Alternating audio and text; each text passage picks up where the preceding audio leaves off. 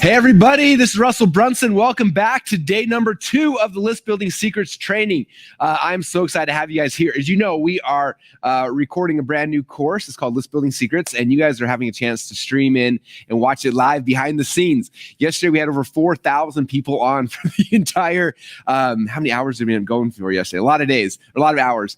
So I thank you guys so much, and we got a huge crowd today hanging out as well, which is fun, especially since we're in quarantine in Boise, Idaho, in a little tiny room with everybody 12 feet apart with masks and everything. So anyway, it's just fun to have this many people hanging out at one time. So I appreciate you guys hanging out, showing up. Today I've got a really special day. Yesterday we talked all about the overall arching understanding of list building. Hope you guys understand and see the vision of why this is so important. I was reading comments last night, and some people were like, "Oh my gosh, this whole time I really didn't realize like that was the goal, that was the point." I saw somebody, actually someone in our Two Common Club Collective coaching program, who said they stayed up all night and they woke up early this morning. They mapped out the entire framework, and they're like, "I only have 208 subscribers. Like now I know how to do it. I'm going to be giving away my framework and getting people opting in." And like I said yesterday, that's the key metric: is how do I get people. How many people today join my list? Like that's the metric. That's the thing. That's you're gauging the success, the health of your business is on that metric, that number. And so that was kind of session number 1. Session 2, we talked about lead magnets. And obviously there are a million different ways you can do lead magnets. There's tons of ideas. Okay, hopefully not only did you see all the ideas I gave you, but I hope you start looking at people's funnels with your eyes wide open now. Right? Again, every funnel I go to, and I click on literally every ad I see, I stop and I take screenshots of every single page to look at, how they do this and how they do that. Okay, I even log into my wife's Facebook account because she sees different ads than I do. Because I want to see what those ads look like as well. So just understanding that, just keeping your eyes open for different ideas of like, someone in this market did it this way, and someone in this market did it this way. How could I do that for the thing that I'm trying to create, trying to sell and things like that? So it was fun. So today we're going to be getting into the next thing, which is all of the emails and stuff like that. And I'm going to talk about that here in a minute when I get on stage, but just wanted to kind of say hi to you guys really quick. And if you, while you guys are here in the comments, I know we got Facebook, YouTube, Periscope, we're streaming in a whole bunch of different places. LinkedIn, by the way. Hi, everybody from LinkedIn. I hope you guys are enjoying this too. I would love you if you post down the biggest takeaway, the biggest aha, the biggest thing you got yesterday in the comments down below. That'd be hugely, that'd be awesome for us. We'd love to see those things. I love reading those and getting ideas of the things they're giving you guys the light bulb moments. So today, hopefully, you guys will have a whole bunch more. So that's the game plan. But you guys ready to start this party? If so, I'm going to go on stage here. I'll officially start the course. I'll do an introduction, and then we have a guest speaker in the house today, which I'm excited for. And so that's kind of the game plan. Also, do you see my new shirt? This is the new hashtag overdeliver shirt. So I'm not going to talk about this in the training, but I want you guys to understand this is important. Most entrepreneurs are always talking about hashtag hustle, hashtag work hard, hashtag like kill yourself for the whatever. And I think that the hashtag that I want to start perpetuating in our community, in our world, is hashtag over deliver. Because this isn't about hustling and killing yourself. It's about in every situation you go into, you've got to over deliver, right? When you're with your family, when you're there with them, you need to turn off your phones and focus and over deliver for them. When you are at your office working, you have to focus on over delivering. You got customers, you're over delivering. Talking too fast. But this is the new hashtag. This is what entrepreneurs should be focused on, is over delivering. And hopefully this week has been over delivering for you guys. We've been giving you guys literally behind the scenes access of a course we'll be selling in the near future. So, all right, that's all I got. You guys all ready? Okay. Well, I'm going to come on stage and we'll start this officially. Okay. Hey everybody, my name is Russell Brunson. Welcome back to module number 3 of the List Building Secrets training course. We're so excited to have you guys here. Now, we've been covering a lot of things so far. I hope you've been paying attention. Day number 1, module number 1, we talked a lot about the business and understanding list building, why it's so important, why it's so valuable, why you need to be focusing on this. That's number 1. The module number 2, then, we talked about lead magnets. How do you create really cool lead magnets to get people to come into your world? And today now, over module 3 and number 4, we're going to start transitioning into the actual emails, the messages that you use. Okay, yesterday I told you guys about how if you do this business correctly, you should average on the low end $1 per name per month that's on your email list, right? So when you have 1,000 people on your list, you should be making about $1,000 a month. You have 10,000 on your list, 10 grand a month. 100,000 on your list, 100 grand a month. Million on your list, million a month, right? Like those are the numbers to be focusing on and looking at. Like that's the lifeblood of your company. But if you remember, I also said that that's the low bar. Like you should be able to make more. And I said there's a direct correlation between how much money you make with your list and the relationship you have with your list. And so how do you build that relationship? How do you do it? How do you connect with people through email, right? And there's a lot of ways to do it. I talked yesterday about kind of my philosophies. When someone first comes in, we take them through a soap opera sequence that builds connection with them. And then from there, we transition to our daily Seinfeld emails. And so that's what I wrote about those concepts initially in the .com Secrets book. And then a couple of years ago inside my inner circle, I had an amazing couple who moved into Inner Circle. They joined Inner Circle and they've been hanging out with us for 5 or 6 years now. And about 3 years ago now, they moved to Boise. And one of the people I'm going to introduce you here in a minute, she sat in this room. This is my inner circle room, for those who know, during meeting after meeting after meeting, learning and studying and figuring things out. And I saw her transition her business and things she was doing. And the things she started gravitating to was storytelling and story selling and how to tell stories in email specifically. And I've watched over the last couple of years as she's really taken some of the initial concepts I shared maybe in .com Secrets and other places and evolved those way beyond and gone way deeper than I ever did. And it's been fun watching her evolve it. And she's built a whole agency, which she does it for other people. She's written tons of emails for me, for a lot of the people that you've probably seen on our ClickFunnels stages. She's done a lot of behind the scenes work for them as well. And so we also were lucky because we convinced them a couple of years ago to come move to Boise. And so she lives here in Boise. And so because of that, she's here in the studio today with us. We are following quarantine laws. So normally when I introduce someone and bring them on stage, I give them a hug and all that kind of stuff. But we mapped out a different process. It should be more safe. Hopefully we're going to figure it out. So I'm excited. Her name is Yada Golden, and she spoke at Funnel Hacking Live 2 years ago talking about story selling. And today she's going to be going even deeper, talking about when somebody first joins your list, what do you do with those people? How do you build this connection? How do you build a relationship? How do you do it in a way where when the emails come from you, they're excited to see them, to open them, to read them, as opposed to one where they're like, who's this email from? I don't even know who this person is, or just deleting you or clicking on the spam button. The connection means everything when it comes to email marketing. So with that said, I want to bring up on stage our very first live presenter. So let's put our hands together for Yada Golden. You're not being in the room. Come on, sit. And here's our socially acceptable social distance high five. There you go. All right, have fun. Thanks so much for having me. And let me find the clicker. Hello, funnel hackers. Okay, so like Russell said, we are going to be talking today about how you actually extend your hand out and say hello to your subscribers. What do you do once they get on your list? And one of the things that we've focused on is reviving people's subscribers, because what I noticed, as Russell said, as I was getting into the content and really seeing people interact with their list, was that people were so excited about building lists and getting people into their audience, but were almost so excited about that, they would forget like what happens now, right? And so a lot of people have audiences that have gone cold, that are dead. And so I wanted to focus on how do I help people revive those subscribers. So here we go, Subscriber Reviver. I'm going to share with you the 3 core campaigns that you need to deploy in to turn your list, into a community of red hot raving fans. Which I don't know about you, but that sounds pretty exciting to me. So red hot raving fans sounds awesome, right? But it's what most list owners dream of when they get started. But unfortunately, what they end up looks a little bit more like this: an audience that's been put on ice. And nobody wants that, right? So let's be real for a minute. It takes time, it takes money, and it takes effort to build an audience. And it's well worth it if you see a return on that investment. But the problem is most people aren't actually investing in their audience. Instead, they're taking an asset that they've worked really hard for that could be appreciating in value for them, and they're watching it depreciate over time. So that's kind of like buying the nicest house in the neighborhood and slowly watching the weeds take over the yard, the pool turn green, the fences fall over, the shingles fall off, and the interior become outdated, but still thinking that it's going to bring in top dollar. It's just not going to happen. And the asset has depreciated. It's really gone from a dream home to a fixer-upper. Does anybody feel like their list has maybe gone from that dream home to a fixer-upper?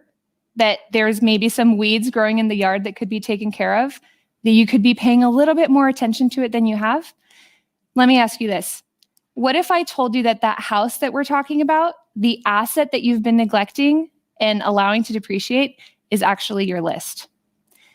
Would you continue to let it decline, or would you do everything possible to make sure that it maintained its value and appreciated over time? Now, you're a funnel hacker, right? So my guess is that you would do anything to watch that asset appreciate and bring in top dollar, which is why I'm going to share with you the 3 email campaigns that you need to turn in your list into a community of red hot raving fans. The subscriber reviver campaign, the warm-up campaign, and the investment campaign. So are you guys ready to dive in?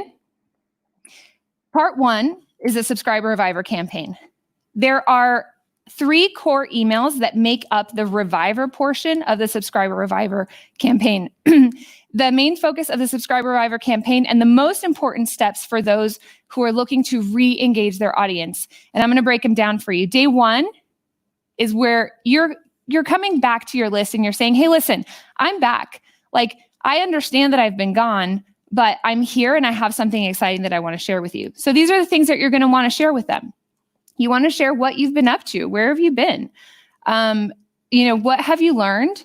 And how have you and your business grown? So no matter what you're doing in your life, you're growing, you're learning, you're experiencing things. And those things all come together and manifest in whatever it is that you do, whether it's your business, your relationships, your products, your services, right? It changes and evolves just as you do.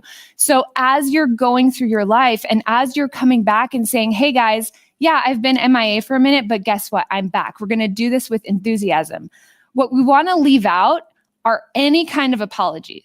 This is the number one thing that I see people do when they've been gone from their audience for a while. They come back and they're like, hey guys, I know that I've been gone. I'm so sorry. I'm a sucky list owner. Let me apologize some more. And I'm like, no. You guys are doing it all wrong. Like, you want to make sure that you come in and bring that excitement, bring that joy, and help re-engage them into whatever it is that you're doing and the direction that you're going.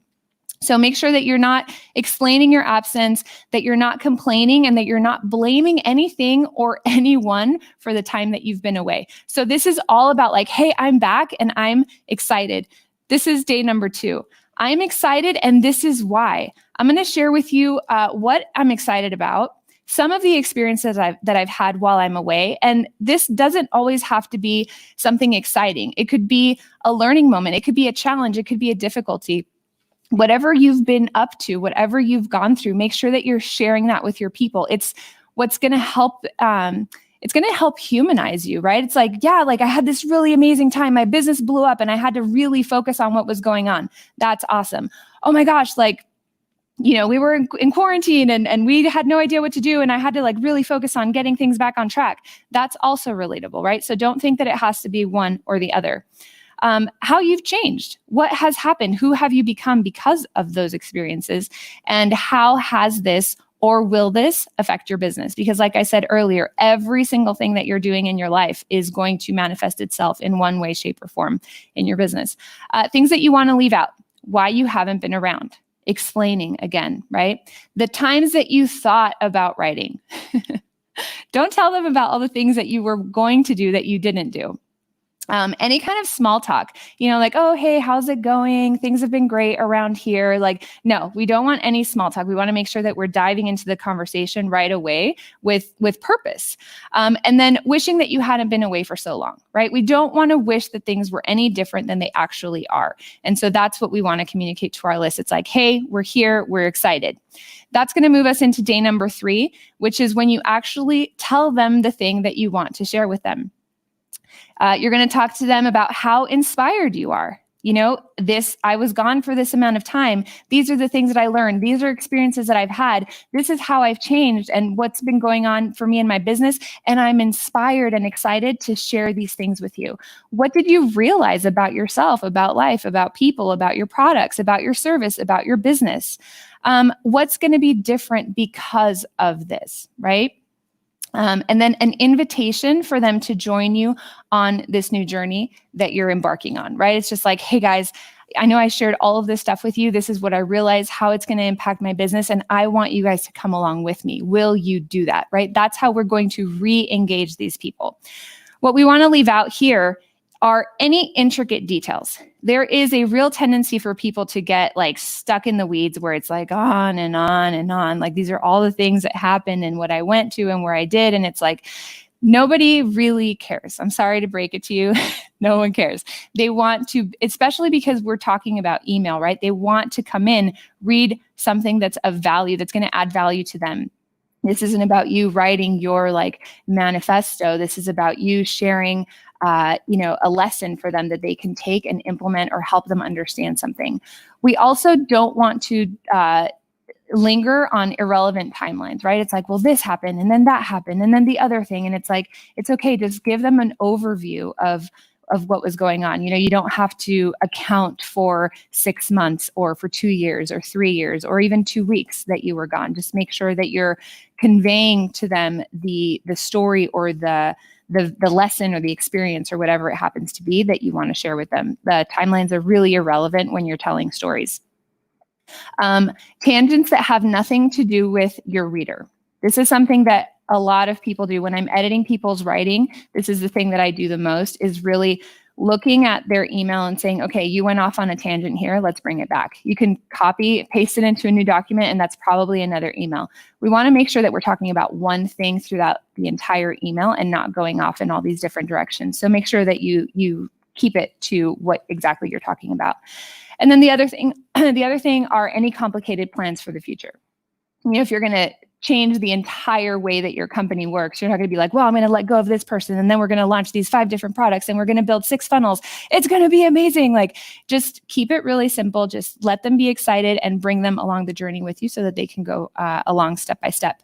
And so this is a very, very short sequence, but it's really, really powerful. I can't make any guarantees here, but look at what happened with Lindsay. She says, oh my gosh, Yada, in less than 24 hours from sending my first email, my open rates went from a sad 7% to 26% and 34%. She says that's between a 370 to 485% improvement. I didn't even know open rates like that were possible. The higher your open rates, the more engaged your audience is, the more likely it is that they're going to buy. Lindsay went on to promote a webinar that she was just starting when we were working together. And guess how much she made? She made $32,000 with 0 ad spend from a list that she thought was dead. So, okay, I revived my list, Yada. Now what? Well, I'm so glad you asked, because it's time to warm them up. You want a community of red hot raving fans who are ready to buy from you, not lukewarm subscribers, right? So here's part 2. Now that you've revived your audience, it's time to warm them up and bring them up to speed with what's going on in your business today. And we're going to do that by answering the 6 questions that are on every prospect's mind. Question number 1, who are you? Why should I listen to you? You want to make sure that these emails include these elements. So what are you all about, right? Like, why should I listen to you? Who are you? Why are you in my inbox? Like, I forgot that I even signed up for your thing. Like, tell me who you are. Where did you come from? Right? Give me a little bit of your backstory. Like, I was born in San Diego, California. That's where I grew up. That's where I came from. I have a family, I come from a family of immigrants, and I've lived in, a couple different states across the United States. I'm a funnel hacker. Like, these are all things about me that help create that attractive character that Russell's always talking to us about, right? You start revealing little pieces about you. Like, I'm a Star Wars freak. I like it. Why are you here now doing what you do, right? Russell mentioned to you guys that a couple of years ago, James and I joined Inner Circle, and I was a relationship coach at that point, but that's not what I'm doing now, right? Like, how did that transition happen? Like, that's the important part that we want to tell people. Like, if you were working a corporate job and now you're coaching people, like, there's a story there, right? Like, tell me a little bit about that. How did you end up doing the thing that you're doing? And why is it so important to you, right? Like, why do you wake up every single day and go out and do this? It's not necessarily easy to build a business. It's not necessarily easy to be an entrepreneur, but here we are. So that means that it's important to you. It's something that you believe in. And when you actually share that with people, that's what inspires them. Day number 2, you're going to talk about what it is that you do. You're going to want to talk to your reader like they're a 5-year-old. Explain it to me like I'm a 5-year-old. Don't use technobabble. Use a lot of its kind of likes. Relate it to something in my life, something that I'm comfortable with, something that I run across every single day, something that I understand. No technobabble. When did you realize that this thing that you do is a problem for other people, right? Whether it's a product, a service, a widget, whatever it is that you happen to do, you realize you either had the problem yourself or you saw that it was a problem for somebody else in the world. When was that? Tell me about it. Like, what actually inspired you to go out and do this? Did you happen upon the solution or did you create the solution, right? Take me on that journey. Like, what did this actually look like to get to the place where you are right now? And then when did you know that this is what you were meant to do? This is a big one, you guys. We're talking about getting up in the morning every single day and doing the hard thing. Like, we can do hard things. That's cool. But when did you know that you were meant to do that hard thing, that this is the one that you were going to take ownership of? Question number 3. Okay, how do you do it? That's cool. You told me who you are, what you do. How exactly does this happen? Tell me how it works, right? Like, do I get on the phone with you? Do I go to a live event with you? Do I what is this actually? Am I getting a course? Am I, putting a lotion on? Like, how does this thing work? How did you figure this out? How did you figure out that this was going to work for other people, not just for you? And what did you have to start or stop doing in order to pursue this? Right? If you, for example, I do copywriting now, and I used to be a relationship coach. So if I'm just like, I was a relationship coach and now I write emails for people, there's people aren't going to understand that necessarily. But if I'm like, as I was coaching people, I realized that the number one problem that people had in relationship was that they weren't communicating with each other. And they weren't communicating with each other not because they didn't want to, but they weren't communicating with each other because they were afraid to let themselves be seen for what they were and for what they weren't, right? And then I looked in the Inner Circle room and I was like, oh my gosh, the same problems that people are having in relationship one-on-one are the same problems that people are having in relationship one-to-many. And so if I can help people communicate one-on-one, then I can probably help them communicate one-to-many. And so that's how my copywriting business really got started, because I saw that there was a problem. I saw that I could solve it.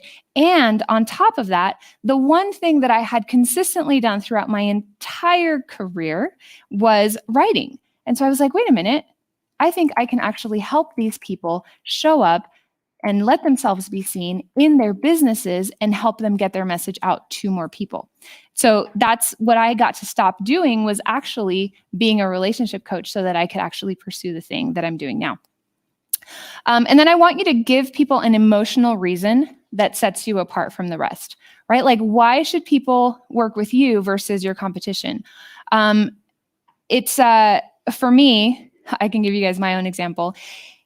When I saw the difficulty that people were having in their relationship, it really broke my heart. And I was just like, I don't want people to feel that. Like, I've gone through a divorce. I know what it feels like to have a family fall apart, and the work that it takes to bring it back to a point where it's cohesive, where there's a good relationship, where there's a good co-parenting relationship. And I just thought to myself, wow, like, entrepreneurs have such a heart to serve people, and they're struggling to get their message out. They're struggling to get people to say yes to their offers. They're struggling to really make the impact that they know that they can make. How can I help them do that? Because I feel like that heartbreak, that struggle, that difficulty is the exact same, because there's love there, right? Like, there's love for your family, and there's love for your work and for the people that you're supposed to help. And so that's actually why I do what I do. For a year and a half before I had writers on my team that helped me do the writing, I sat at my desk every single day, and I swear I like wore my fingers down, because I was just typing and typing and typing and wanting to really capture the message and the heart of entrepreneurs and share that with the world. So I believe that that's one of the things that sets me apart, is being able to really capture the voice, the tone, and the message of a company and connect with an audience in a real way. And those are the reasons why I believe that that's important. So whatever those reasons are for you, and that you do the thing that you do, make sure that you're sharing that with people, because that's the emotion that's going to bring people in. People buy because based on emotion, but then they justify it with logic. So this is where we really want to capture the hearts of our readers. Day number 4, tell me how you learned it. How did you learn it? Russell likes to say, how did you earn or learn it, right? That's what we're going to talk about here. I sat in this room for years and years thinking that everybody else in this room had some magic pixie dust that I had just missed out on. You know, everybody had a bigger business. Everybody had a bigger team. Everybody had more money. Everybody had more followers. Everybody had a course. And I was just sitting here going, oh my gosh, like there's just something different about me, right? But through mentors and through programs and through courses and really kind of humbling myself and saying, can somebody please help me figure this thing out? I started seeing that, hey, I do have a skill. My skill is writing. And hey, I do have this other skill, and that's helping people connect and helping people show up and be real with not only themselves, but with everybody else. And then that slowly morphed into, oh my gosh, like I can actually help them do that for their business, right? And so that's how I've learned it. That's how I've earned it. And that's the story that I would share here. You want to make sure that you take them back to the moment when your life changed. I think it was Funnel Hacking Live 2018, where we'd been in Inner Circle for a couple of years at that point. And I remember as the years went by, every year the speakers on stage, like the first year I knew one of the speakers, the second year I knew 2 or 3 of them. And the third year I was like, oh my gosh, most of these guys are my friends. And this year in particular, 2018, every single person that stepped foot on the Funnel Hacking Live was my friend. Like I had their phone number, talking to them all the time. And I remember sitting in the seats and just being like, this is crazy. Like all of my friends, like my peer group is literally on stage teaching the most like leading edge, cutting edge, strategies on this stage right now. And I remember going to our coach for Inner Circle, Mandy, at one point in the conference and saying, you know what, Mandy, I know at this point that if I don't do something with everything that I know, it's not because I'm not capable. It's just because I don't want it. And like, that was such a powerful moment for me, because I kind of called myself out. You know, it's like, hey, the only thing that's been holding you back is you. And I remember going back to my seats, and I'm pretty sure Jamie Cross was sitting next to me, and we kind of both stood up and we were like, we're going to be on stage at Funnel Hacking Live next year.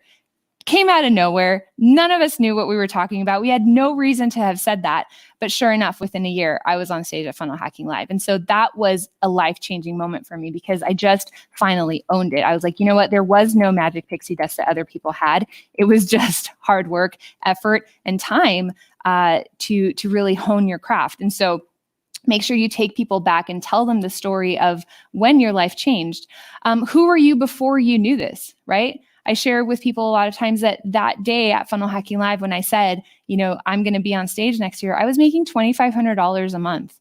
And the next month, and within 30 days of that day, I was making $25,000. And it wasn't because like Russell gave me some secret magic sauce. It was because I finally took everything that he had been teaching me and I applied it, and I got the result. So who was I as I was learning it, right? Like I was somebody who was falling on my face. I was making people offers. I was trying to figure this out. I was discovering all of the different types of emails and campaigns and all of these things that you could write. I was fumbling my way through it.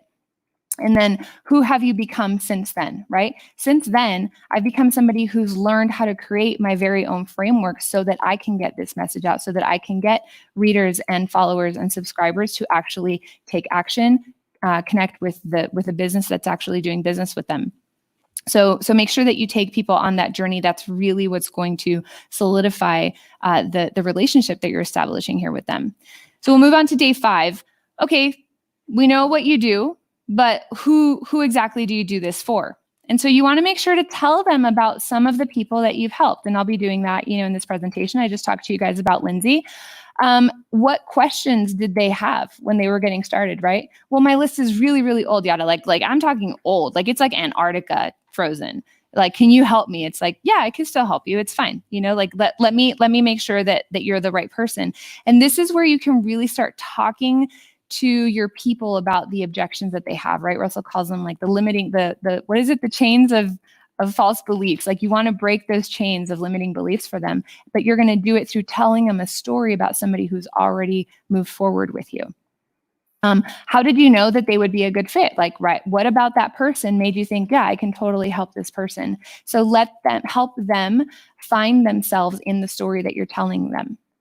And what were their results? So you actually get to brag on yourself here, but you're doing it in a really, really cool way where you're just like, hey, I taught Lindsay how to write emails, but she went and she created this massive success for her. She created $32,000 from a webinar. Like that has nothing to do with me. Like Lindsay did the work, but she's still my client, right? She's still my student. And so I get to share that win and inform my readers that, hey, if you become my client, if you become my student, you may get the same results or similar, right? Whatever it happens to be for you.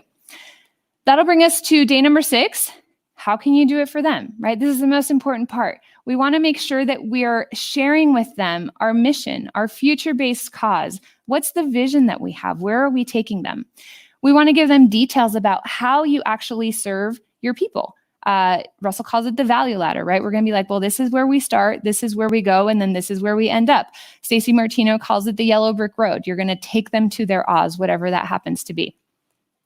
And then why have you created each step? I think that this is a really, really cool piece of these emails that a lot of people I see kind of leave out. But James likes to tell me that when you solve a problem, you immediately create a new problem, right? So if I teach somebody how to revive their subscribers, what's the next issue that they're going to have? Well, okay, now they're revived. Like, what do I say to them now? And so through creating the Subscriber Reviver campaign, which is those 3 emails, I was like, well, now they have another problem. So that's why we created the warm-up sequence, right? And once the audience is warmed up, we're going to talk about the investment sequence, right? And so this is what you want to do with your people is tell them, like, what does it actually look like? What path am I going on? Like, what does this journey look like? And then why did you actually create these steps? Were you just like, oh, I feel like creating, ClickFunnels. That's it. You're welcome. And now I felt like creating Funnel Hacking Live. Like, no, that's not how it works. Like, there was a logical progression. There was something that your audience was asking for. There was a problem that they were faced with that you were trying to solve for them. Because that's what entrepreneurs do. We solve problems. We just see a problem out in the world and we're just like, oh, that one's mine. I'm going to solve that one. And then you want to give them details on how they can get started, right? You want to say, if this is you, right? If you're like Lindsay and you want to join our program, this is exactly how you do it. Book a call, click here, purchase, you reply to the email, whatever that happens to be for you. So that is your warm-up campaign. And you may be asking yourself, but yada, I didn't hear anything about making them any offers. And that's totally cool. But I'm gonna show you exactly how this works. So by wrapping a story around your product or service and describing to your readers what you want their attention on without overtly making an offer, you up your know, like, and trust factor. And you're no longer a stranger that's trying to sell them something. You're now a trusted advisor. And so this is an open enrollment that we helped Allison with after taking a little bit of time to warm up her audience. And the response was insane. They managed to actually beat their record in record time, which I thought was cool. And your results may not look exactly like hers, right? But even if all this warm-up sequence did was turn up the heat on your audience just a tiny bit and help them get to know, like, and trust you more than they do right now, wouldn't it be worth it, you guys? So trusted advisor, check. Now can I make them an offer? Yes, you totally can. Now that you've invested in your audience and re-engage them, it's time to warm them up. Or excuse me, you already warmed them up. Now they're ready to invest in you. Investing is super, super important. Have you ever gone to make a withdrawal at the ATM and found out that your account has been overdrafted? No, just me. Have you ever had a person call you only when they want something and just kind of rolled your eyes at them and been like, what are you doing, man? This is what happens when you don't invest. And so I'm going to share with you guys the 4 E's of marketing. We want to make sure that we're showing up and investing in our lists by showing up in 4 ways. We want to make sure that we're engaging them, right? We want to tell them something that's interesting, something that asks them for a reply, something that brings them in to the conversation. We want to tell them something that entertains them, right? Is this fun? Like, is getting your emails fun, or is it just like, oh my God, another marketing email? We want to educate them. We want to teach them about who you are, what you do, teach them about themselves, about life, about people, about business, whatever it happens to be that you geek out about, make sure that you educate your people on that. And we also want to make sure that it empowers them, right? We want to speak to the highest and best version of our reader. Because if you're capable of figuring something out, they're just as capable. The only thing that you're offering them is a shortcut. You're saying, hey, I totally went down that road and it took me 5 years. I can shortcut that for you. I can collapse time and make it happen even faster. So we want to make sure that they're empowered, that they know that they could get the solution on their own. You're simply offering them a faster way to do it. And we want to empower them to work with us. So investing consistently is how you create, maintain, and increase the value of the biggest and most underutilized asset that you have in your business, your list. There are 4 types of emails that my agency writes. We've covered a couple of them already. The subscriber reviver campaign emails, the warm-up campaign emails, investment campaign emails, and sales campaign emails. I have it on pretty good authority that Russell's going to be covering sales sequences with you guys. So I'm going to go ahead and focus on number 3, the investment campaign emails. Can we just stop for a second and talk about how cool these little piggies are? They're my absolute favorite. So if you could see, one of them's kind of skinny. The other one is getting a little chubby. And then you have one that's ready to burst. Reviving your list is awesome. Excuse me, let me go back a second. Reviving your list is awesome. And for many, it's much needed.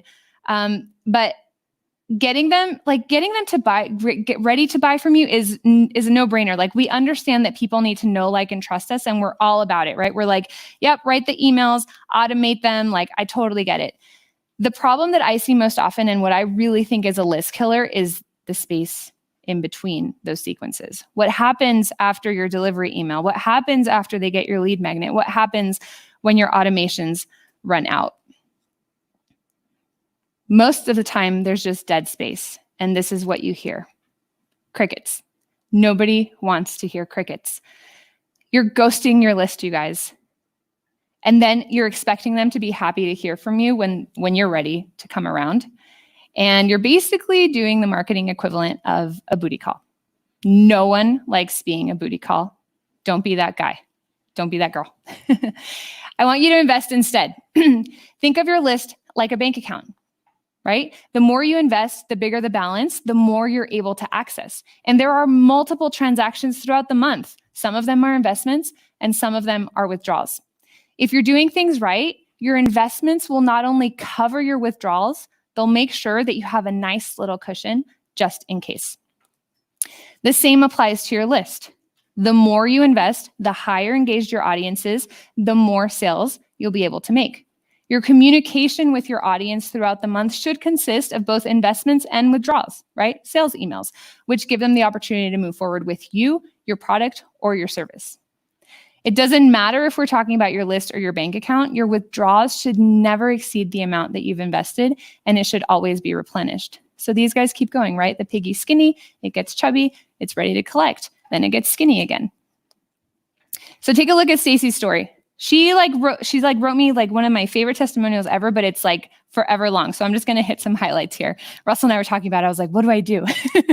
So she said, we would email our list every once in a while. Sending regular emails kept slipping to the back burner. I know so many people like this. Our open rates were about 10%. We were investing in ads and marketing. We were investing everywhere but the list. Then we started working with you and we started sending 3 emails out per week. Our open rates went out to 40%. That is crazy. Dude, 40% is awesome. We started filling our monthly boosts with hundreds of students, even though we weren't promoting it. That's the magic of these story selling emails. You're always pointing at something and you don't overtly have to sell it. In February, we got crazy busy and stopped sending out the 3 emails per week. Womp, womp. Our March boost was the smallest we've had, and April was also small. So stupid. Her words, not mine.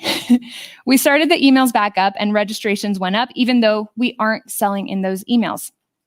Don't bother spending, investing, working on anything else to grow your list if you're just going to let it sit there. Invest in your list and it will monetize itself for you. That's so powerful, you guys. 3 emails a week with no calls to action other than, hey, give us a response. Let us know what you're thinking. Are you there? What's going on?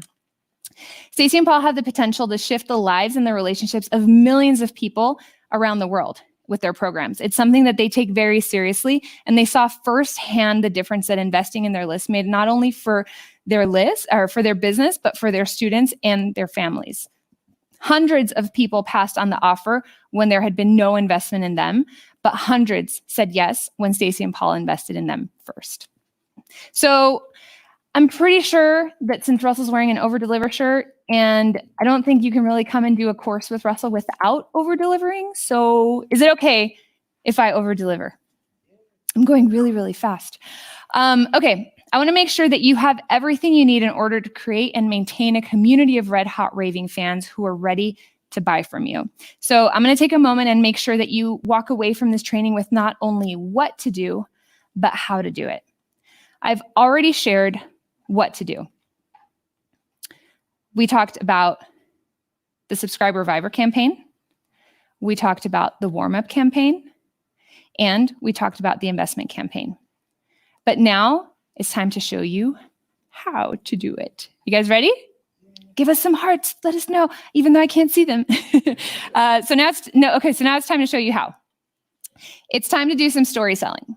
So I know Russell really likes to talk about frameworks. I created this framework a year before he started talking about frameworks, so I feel like I was early to the party, but maybe I had some inside scoop, I'm not sure. This is a story selling framework, and this is a simple 6-step framework that my writers and I use whenever we're writing any of these campaigns that I've shared with you today: lead magnets, sales campaigns, sales pages, whatever it happens to be. Why? Because it works. So I'm so excited to walk you guys through this. I've done this a bunch of times. Okay, step number 1. We want to make sure to assume familiarity. I feel like one of the things that I see people do when they're emailing a list, right? Everyone's like, oh my gosh, there's more than one person that's going to get this message. I have to pull out all of my 9th grade English. My English teacher is going to be sitting there with a red pen. I have to use my big words and be super, super formal. And I'm like, you know what? That doesn't feel real to me. One of the goals that I set for myself when I started this entrepreneurial journey was that I wanted to be the exact same person at home, with my friends, with my audience, online, on stage, on a webinar, wherever it happens to be. I just want to be me, because I know that that is the only sustainable way to run a business. And so when I'm writing to my audience, I'm just like, hey, you guys are like my best friends now. Welcome. What's going on? And so I talk to them just like I would talk to my best friend. That means that I'm going to drop the salutation.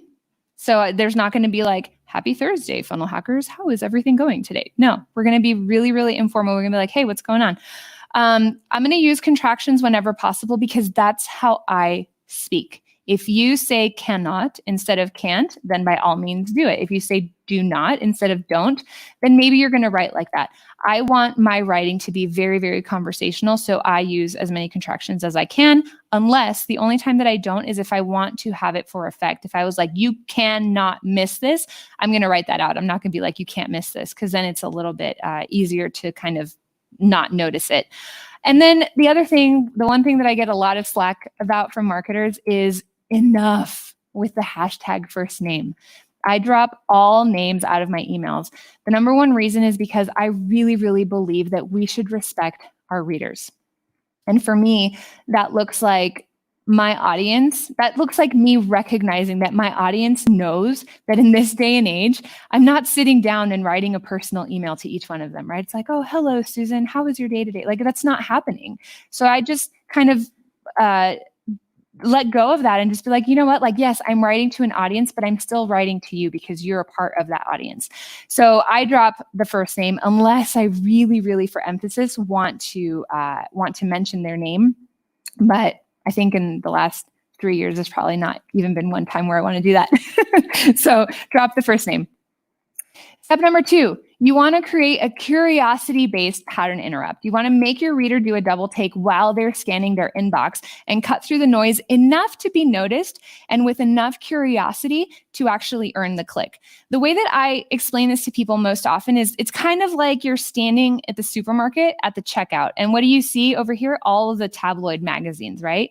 And their job is to interrupt your pattern. Like, you're sitting there, you're putting stuff on the belt, you're looking at the cashier, maybe you're fiddling for your wallet, and they catch your attention. If I see something that's like Angelina Jolie wakes up with 4 heads, I'm going to be like, what in the world? Like, it's going to draw my attention. And if it has enough curiosity for me, what am I going to do? I'm going to reach out, I'm going to grab it, and I'm going to turn to that page, right? This is super important. Your subject line, your headline, whatever it's going to be, because in my case, at least, you could have written the absolute best email on planet Earth. But if your headline doesn't grab somebody's attention with enough curiosity to bring them in and earn that click, they're never going to see it. So make sure that you do both. Keep it, make it a pattern interrupt and add curiosity. One of the highest performing headlines that I've had to date is, I said, this can't wait till morning. Right? It's like, what can't wait till morning? Tell me what, click, click, click. And so that email actually got like 60 responses within like 30 minutes. They're like dying to know. Okay.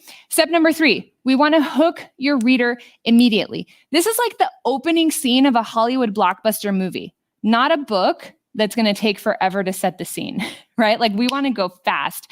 You want to drop your reader into the story immediately and make sure they understand why they should pay attention and why this is important. So I always kind of liken it to that blockbuster movie where it's like a bank robbery or a heist or something, and they like drop you in. There's people with masks, there's guns, there's explosions going off. You have no idea who anybody is, but you're like, okay, I'm here. Like, I'm about to figure this out. Which takes us right into step number 4, which is to fill them in, guide their epiphany, right? What does the movie do? It automatically, like, you have a flashback scene where you're just like, oh, now they're in a peaceful cafe and they're talking and there's this thing happening. And this is how we get to that scene that we opened with. You've got their attention. It's time to give your hook a little bit of context and help them understand the lesson, the experience, or the situation that you're sharing with them using your metaphors and your similes. Okay, maybe we did bring a little bit of the 9th grade English, sorry. And your kind of likes, right? It's kind of like standing at the checkout in a grocery store. It's kind of like a Hollywood movie. This is what's helping your reader understand and follow along with what you're doing. So one of the keys here is that you don't have to tell them that they're on an epiphany bridge, right? Like, I'm going to tell you this epiphany bridge story. When we get to the other side, you're now going to understand what I was talking about. You don't have to do that. Humans have a natural tendency when we start being told a story to sit back, let your guard down, and listen. Our instinct is to really kind of help find ourselves in the story. Do we relate to the hero? Do we protect, or do we relate to the antagonist? Have we ever been in a situation like that before? We're looking for ways to relate, which is amazing, because when you put a marketing email in front of somebody, they're usually looking for a way to disqualify themselves. So that's the difference between selling with a story and selling through features and key benefits, at least in my opinion. Number 5. We want to give the reader the win. So now you've taken them on this Epiphany Bridge story and you're just like, oh my gosh, like, and you know, when I was done, like, this is what I learned. This is what I understood. Don't do that. Don't tell them what they learned. Don't tell them what they took away from it. You want to almost assume that they've followed along and that they've gotten the lesson with you. You want to give them credit for connecting the dots, for understanding how the story that you just told them relates to you, to them, to your product. You don't have to spell it out for them. I used to have a really difficult time explaining this, like, how exactly do you give somebody the win? And then I think it might have been in the last presentation I did for you here, Russell, that I was like, okay, it's kind of like a gymnast, right? A coach, a gymnast's coach. No matter what they're doing, a back handspring or a tumble or a somersault or whatever it is, there's always somebody there with like their hand, right? Like the gymnast is going here and the coach is like spotting them. So she's spotting them. And when the gymnast finally goes and performs that routine, they like do their little hand flick that gymnasts do. Where is the coach? The coach is on the sidelines clapping right along with everybody else, right? Because who did the work? Who landed the flip? Who nailed the routine? The gymnast did, right? And so our job through these stories is to be the spotter. We're like, hey, we know you got this. Like, you totally got this. You are 100% capable of getting the result that you want. I'm just here just in case. I'm going to help guide you, right? But when you get the win, it's your win. Like, I didn't do it for you. You still went and did the work. So that's what it looks like to give your reader the win. And then step number 6 is another one that I kind of get flack about, but ask them to tell you about it. Open the lines of communication. I don't know about you, but I don't really like talking at people. In fact, it's a little awkward in here because I'm like, I know there's a handful of people here, but like, I still feel like I'm talking at you. I would much rather have a conversation with you.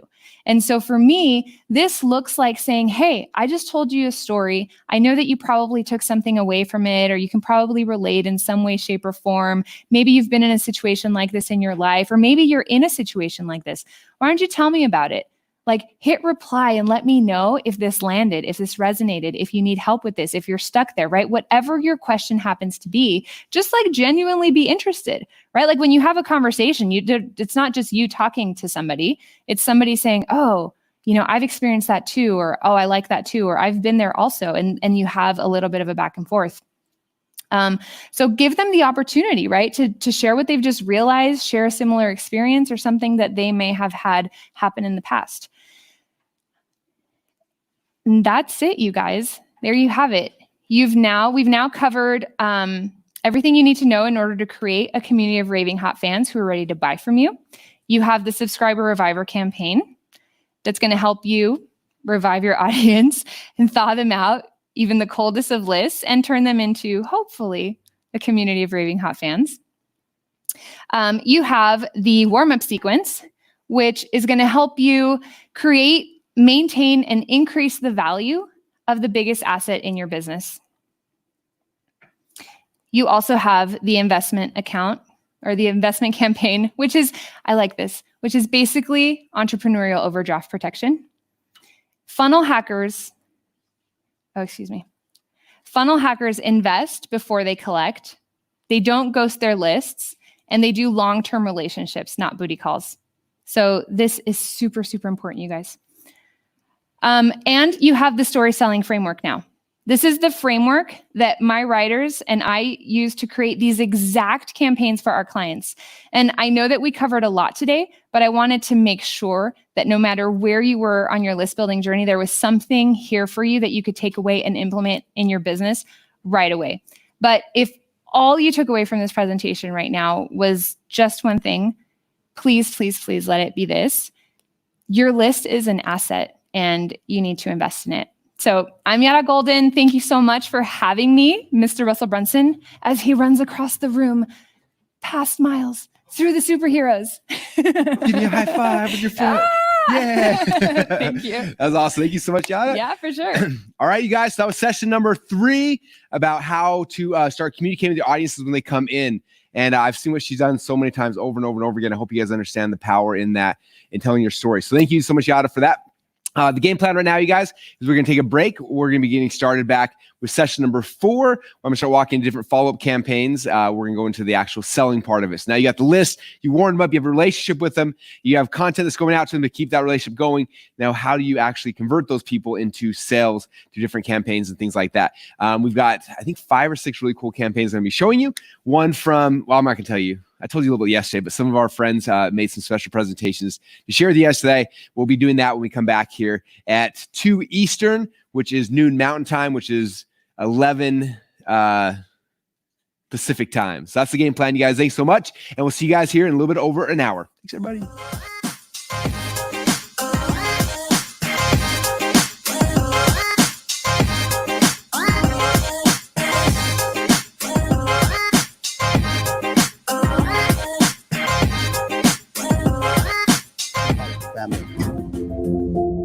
And you want that family that's going to support you and take care of you and help you.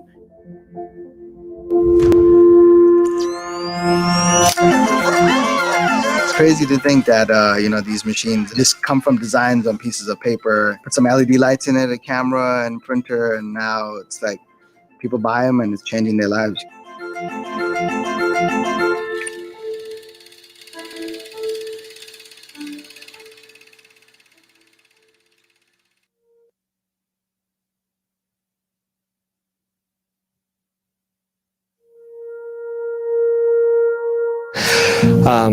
I lost my dad in the first year of 2018. And mid-2019, that's when my mom got diagnosed with cancer. And that particular point in time, I was just starting my business. I was starting from scratch. Like, I had no direction. 25 years living in the United States, trying to find my voice, trying to find a place where I can build a business, I can feel passionate, I can feel happy about myself. And Brunson and ClickFunnels brought that to me. When I was building my funnels, when I was doing live events, when I was launching some products and services, there was a lot of blind spots I couldn't see it. And who's best in helping me see those blind spots? Somebody as blind as me, or somebody that's been there that can actually see the blind spot and tell me exactly the way that I should execute my business and my strategies so that I can have success. When I joined the ClickFunnels Collective, right, you have access to people that are actually doing it. People that have keys that can unlock doors in your life, unlock doors in your business. And I feel like every single person is giving me a key to a new future. I got to learn. I got to be more aware of the blind spots. I became more resourceful because now I have access to the coaches that have been there that can actually see the blind spots, and they will have the answers for me, and that will speed up the process. And time is money. Just the fact of the growth that I got in the past 2 years. Hey, 2 Come Club hours in 2 years. Like, how much we're paying for this type of consulting program. So it's priceless. The growth that you have in the program, it's just absolutely priceless. I don't know what would be of me if I wasn't in this community to still be the leader that I need to be to go through the entire process for 2 years. I can't imagine myself not having somebody coaching me and being part of the program.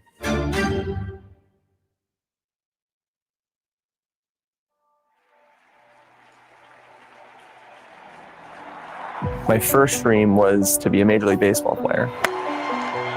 I got to play from age 5 to age 26. And one day I woke up and the people who were paying me to play the game that I loved decided that I was fired. What typically happens in an athlete's trajectory after sports, they either go on to a new thing and take off to a new level, or they crash and burn.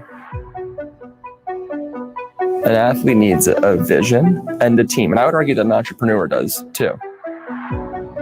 So my wife and I, we know we can help. So for like a whole year, we just mentored athletes transitioning out of sports to try to help like replace that new vision and give them a support team. It makes the pain that I felt like useful.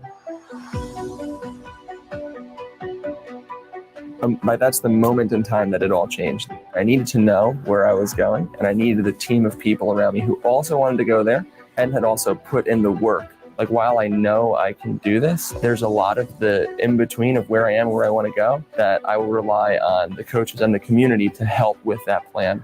When you find somebody of that caliber, that you know the truth of the matter is they are the best at what they do, you stick with them. For me, what's most exciting about the collective is really knowing that like I get to pour my heart into this and have the team around me to make it happen. Through that like process of trying to redefine myself and figure out who I was, you cannot get there without the right coaching and without the right people around you. There's no way. It takes a village, right? It's not a one-person show at all. And it's like when you put yourself in that environment with those people, whether it be the coaches or the students, you're poised to continue on that path for greatness. The opportunity cost is the time. You may not get all of the results in month one, in year one, but you can't get the results that are coming in year 3 without starting today.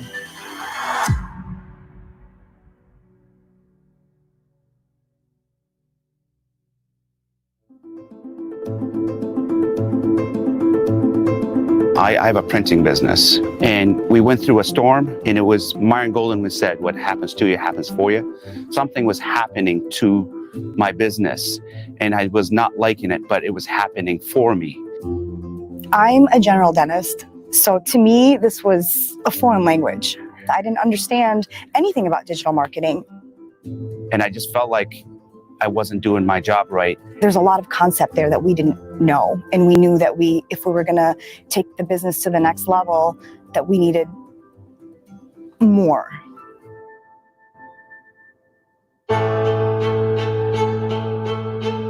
My group is awesome. They are my support system. Whenever I have problems, they are there for me. Whenever they have problems, I'm there for them. The thing that I like a lot is the community. You get in the private Facebook group, you have a question, immediately people are starting to get in there and help you out to the best of their ability without an agenda. I felt like I have friends here that understand me. Every time I sit down with someone, we click. There's a lot of power in the community. The coaches, like for example, Sarah Morrison, she is unbelievable. Like she goes out of her way to make sure that we are comfortable, we have what we need, and you can tell like she loves her job. She does it from all her heart to make sure that people have what they need. I love the community. I love the culture, and I love that they're here to learn, and they're here to help other people. It's a lot of really just good people, you know? It's hard to describe. Like I learned so much over the last year. It was awesome for us. It was a transformation. There's so many people in a consulting program. People that understand you, and it's wholesome and informational. It's beautiful.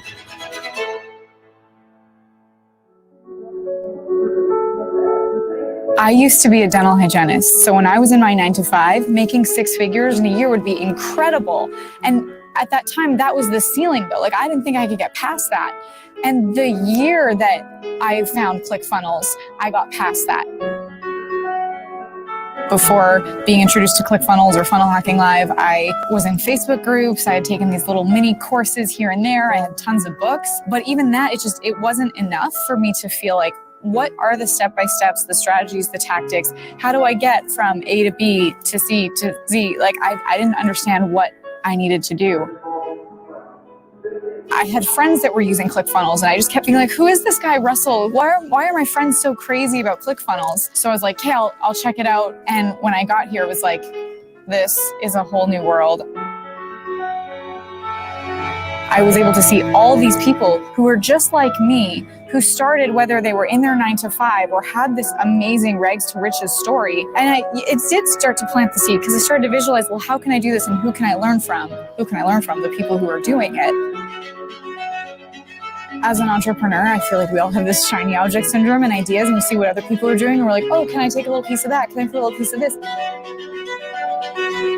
You're so immersed in it, you think this is exactly what's going to work. But sometimes when you put that out to the public and to the market, it doesn't exactly work like that.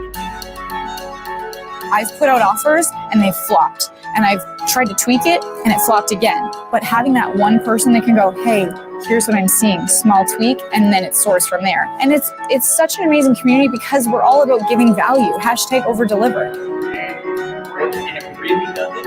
So having the mentorship, the coaching, the people to say, hey, here's what I'm seeing from the outside in, and being able to implement that changes everything. I sat in that seat, I looked up at that stage and said, I'm going to be on that stage next year. And whether that was to get my 2 Comma Club award or speak, both of those were the dream. Both of those things happened because of the mentorship, the courses, the coaching, the opportunities, the things that this whole community puts together. And honestly, it's a software company, but with this community and with these mentors and coaches and people, I do feel like I can do anything.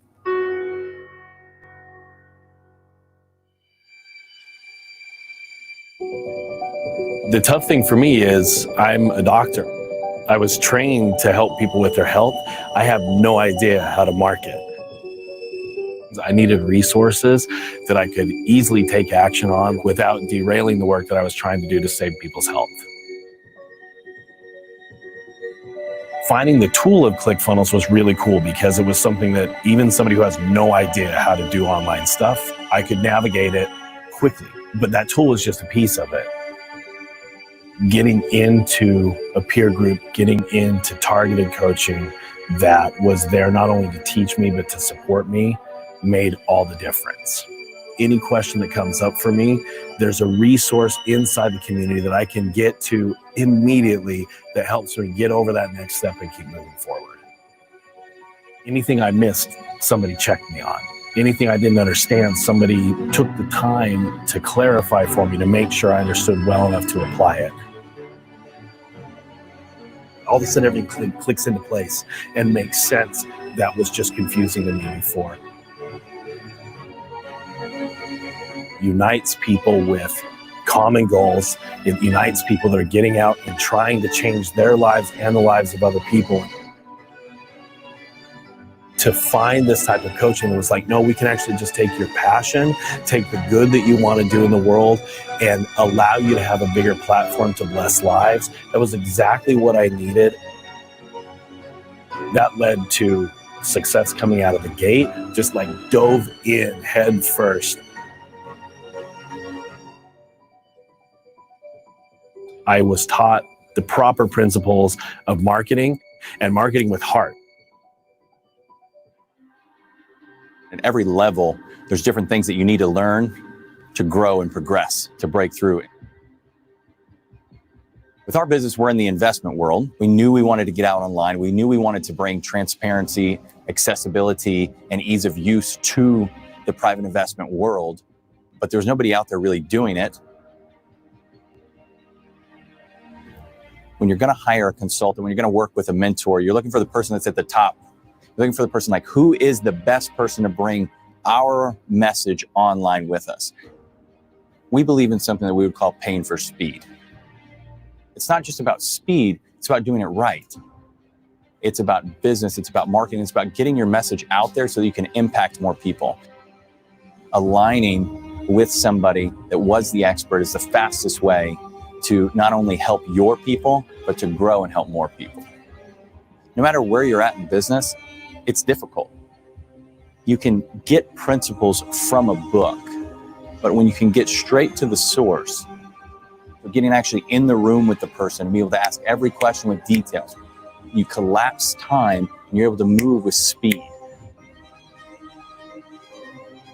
You know you're tangibly crossing steps, you're breaking barriers, and you're getting closer to impacting more people. That's why we go out and get a mentor. Stop and take an inventory of where you're at right now. If you're not already where you want to be, it's because you don't currently have what you need to get there. The growth is in the gap, and when you find the right thing to bridge the gap, you're headed to where you need to go.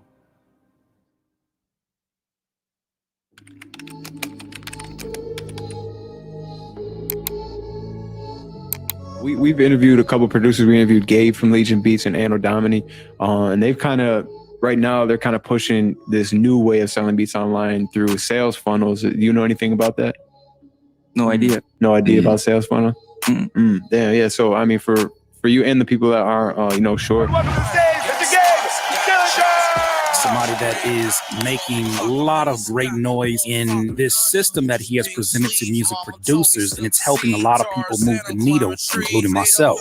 Gabe is somebody who has absolutely crushed it when it comes to selling beats, and I know a lot of you guys out there are trying to get to that space. They got a plaque because they made 1.2 million in the last year. You, my friend, are a genius. Got the internet going nuts. It was an honor. Have you ever heard of anyone making 1.2 in a year off of just YouTube? Nope. No. And he actually has a practical way for every producer out there to actually do it. It's not getting lucky. It's not getting some major placements. It's like combined together? No, they both actually have their own. Oh, they both made 7 figures? Yeah, and the plaque is from ClickFunnels, which is a very reputable company, you know what I'm saying? Like, Gabe has already won the game. He's doing what he loves. That's why I was kind of like, damn. He's feeling fulfilled. This is the spirit of people we need to lead. He's excited every day to do it. I'm gonna have to eat them up then. And he's generating a load of money doing it. I mean, all you need is those 4. Music producing really is about, to me, is really about problem solving. It's really about listening to a song and being like, oh my God, that sounds amazing. But then saying, wait, what about that sounds amazing? And then really breaking it down.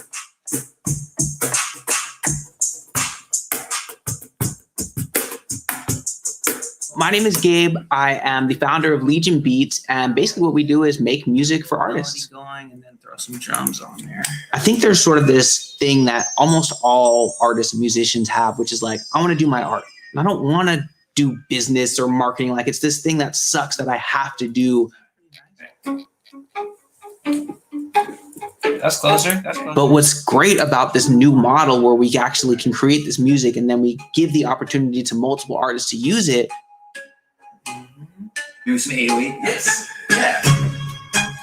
How we can reach so many more people. We can reach so many more artists, so many more fans. Our music is now being played. Like right now, there's people playing our music all over the world, which is building this type of business has made that possible. I always thought that my big break was going to come from the record label cutting me a big check. I realized eventually that this is really not going to actually turn into something that's sustainable. You kind of assume, or I used to assume that, hey, if you've worked with some big artist that's a household name, then you're on, you made it. But the reality is, even if you've gotten a couple of those places, you've worked with some of those people, you might only have made a little bit of money once and that's it. And now you're kind of waiting for the next one. 10 plus years of playing that game. And I was feeling stuck. Like I was, approaching 30 years old. I was still living at my dad's house. Couldn't afford to move out. Like I hated talking about what I was doing with music, where, I talked to like friends or family or whatever. And it felt like they would see me as somebody who's chasing this pipe dream or like the starving artist or something like that. And so I just didn't feel like that respect. I didn't respect myself, honestly, at that point. Lying on my bed in my room at my dad's house, just like feeling that anxiety. You get like the, like somebody's pressing down on your chest. At that point, it was like, I got to give up. Like I got to do something else. I got to get a real job. I got to, figure something out. Luckily, something made me think, okay, let me try shifting from this sort of industry game to actually selling beats online.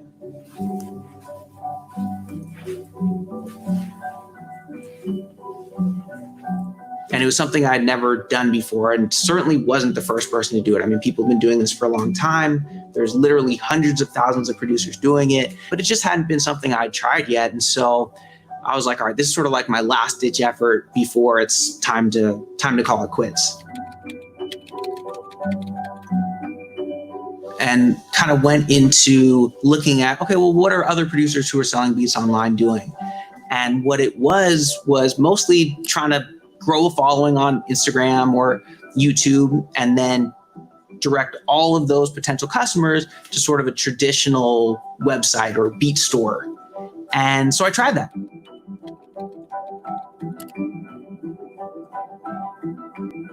At first it was like, cool, I got a couple sales. I was like, all right, this is better than, chasing after artists and A&Rs and whatever. And it felt like I had a little more ownership, but it still wasn't going to pay the bills. It still wasn't going to get me out of my dad's house. I kind of looked at what every other producer was doing. I started geeking out on it a little bit. You know, I was like, okay, maybe I can learn a little marketing tip or trick or something that'll get me a couple more sales. At this point, I had never considered myself an entrepreneur, never thought of myself as a marketer, didn't even really think of myself as a business owner. And eventually I was scrolling through Facebook and I happened to notice that a producer had posted a link, and it was to a page, and I didn't understand what I was looking at or what it was, but what it was he was actually using funnels to sell beats. First time I'd ever seen it.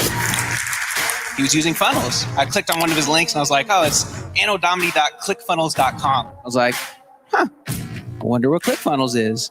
And from there, completely changed my life. So for the first time in my life, I applied some of that creativity and passion that I'd once only put into my music, and I started putting into my marketing as well. Using sales funnels, order form bumps, upsells, focusing on growing my list. Actually craft a process and really create a journey and an experience for my customer.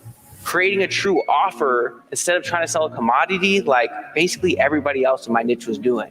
They're going to see this page first. They're going to see this page next, and I'm going to build rapport with them. Okay, instead of selling a commodity like a single beat lease, let me package them together and let me create like a beat pack. It's this whole bundle of products and services, this concept of a true offer. And because I was doing those things, pretty quickly in a couple years, I was able to climb to basically the top of my industry. I'm not hearing nothing in the can. Yeah, check.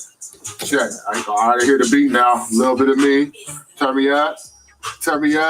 Gabe, no more. So the company's talking about he got some beats for me, so I'm gonna come through and bless him with a little bit of what I do. Watch how I do it, I'm changing the game. No time for no rest, got a legion to train. Chillinger, something like Dillinger. Got a whole squad and I'm raising the building up. Loving the feeling of innovation. Gotta keep moving, can't be complacent. Success and fulfillment are both adjacent. Close and I feel it, my heart is racing. Got it from Russell and made it my own. Stepped on the field and I made it my home. Many money in the circle is growing. Now I pull up and I speak at the forum. The music industry has evolved so much in the last 5 years, 10 years, 20 years. It's something that's really changing constantly.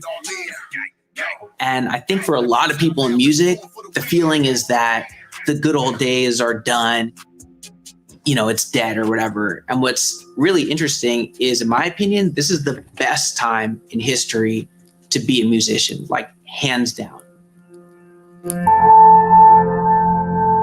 The opportunities that I have, the things that I've been able to do, I wouldn't have been able to do 10 years ago, probably even 5 years ago.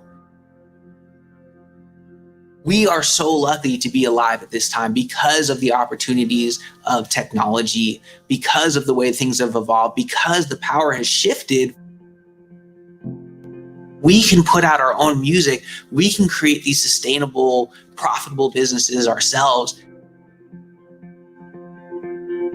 The breakthrough that I was looking for came in a completely different format than I thought. I thought that breakthrough was going to be getting a big check from the label or getting some big placement, working with a record label. And what it ended up being was learning about this whole world of entrepreneurship.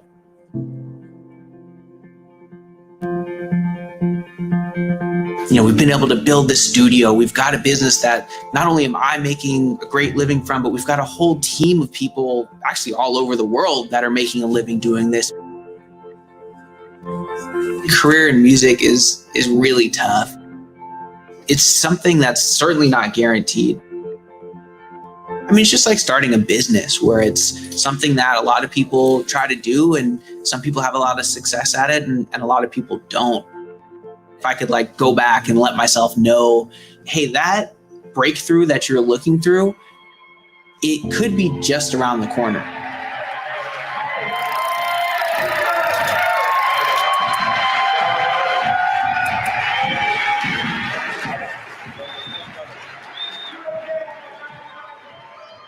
Everybody wants to be part of a family.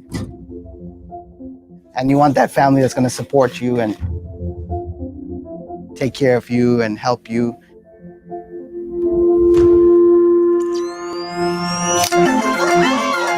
crazy to think that, these machines just come from designs on pieces of paper, put some LED lights in it, a camera and printer, and now it's like people buy them and it's changing their lives.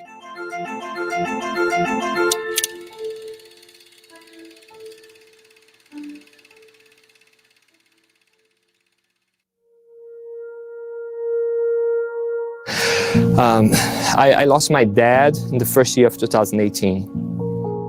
And mid-2019, that's when my mom got diagnosed with cancer. And that particular point in time, I was just starting my business. I was starting from scratch.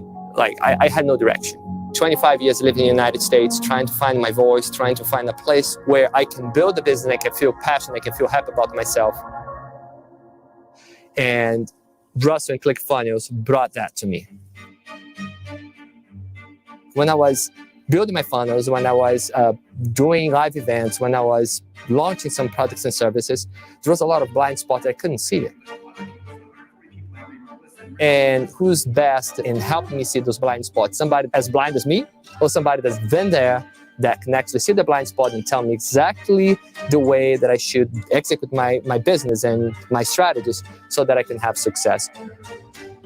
When I joined the ClickFunnels Collective, right, you have access to people that are actually doing it. People that have keys that can unlock doors in your life, unlock doors in your business. And I feel like every single person is giving me a key to a new future. I got to learn. I got to be more aware of the blind spots. I became more resourceful because now I have access to the coaches that have been there that can actually see the blind spots, and they will have the answers for me, and that will speed up the process. And time is money. Just the fact of the growth that I got in the past 2 years. Hey, 2 Common Club hours in 2 years. Like how much we're paying for this type of consulting program. So it's priceless. The growth that you have in the program, it's just absolutely priceless. I don't know what would be of me if I wasn't in this community to still be the leader that I need to be to go through the entire process for 2 years. I can't imagine myself not having somebody coaching me and being part of the program.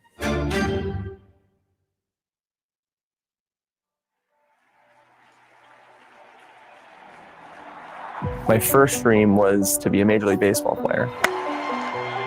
I got to play from age 5 to age 26. And one day I woke up and the people who were paying me to play the game that I loved decided that I was fired. What typically happens in an athlete's trajectory after sports, they either go on to a new thing and take off to a new level, or they crash and burn. An athlete needs a vision and a team. And I would argue that an entrepreneur does too. So my wife and I, we know we can help. So for like a whole year, we just mentored athletes transitioning out of sports to try to help replace that new vision and give them a support team. It makes the pain that I felt useful. That's the moment in time that it all changed. I needed to know where I was going, and I needed a team of people around me who also wanted to go there and had also put in the work. While I know I can do this, there's a lot of the in-between of where I am, where I want to go, that I will rely on the coaches and the community to help with that plan. When you find somebody of that caliber, that you know the truth of the matter is they are the best at what they do, you stick with them.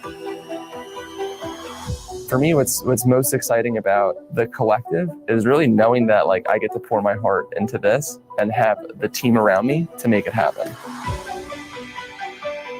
Through that process of trying to redefine myself and figure out who I was, you cannot get there without the right coaching and without the right people around you. There's no way. It takes a village, right? It's not a one-person show at all.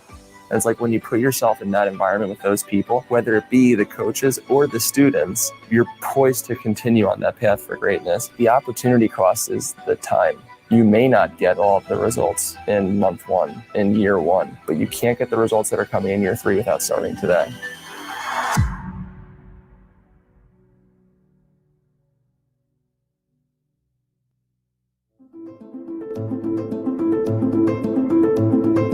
I have a printing business, and we went through a storm, and it was Myron Golden who said, what happens to you happens for you. Something was happening to my business, and I was not liking it, but it was happening for me. I'm a general dentist. So to me, this was a foreign language. I didn't understand anything about digital marketing. And I just felt like I wasn't doing my job right. There's a lot of concept there that we didn't know. And we knew that if we were going to take the business to the next level, that we needed more.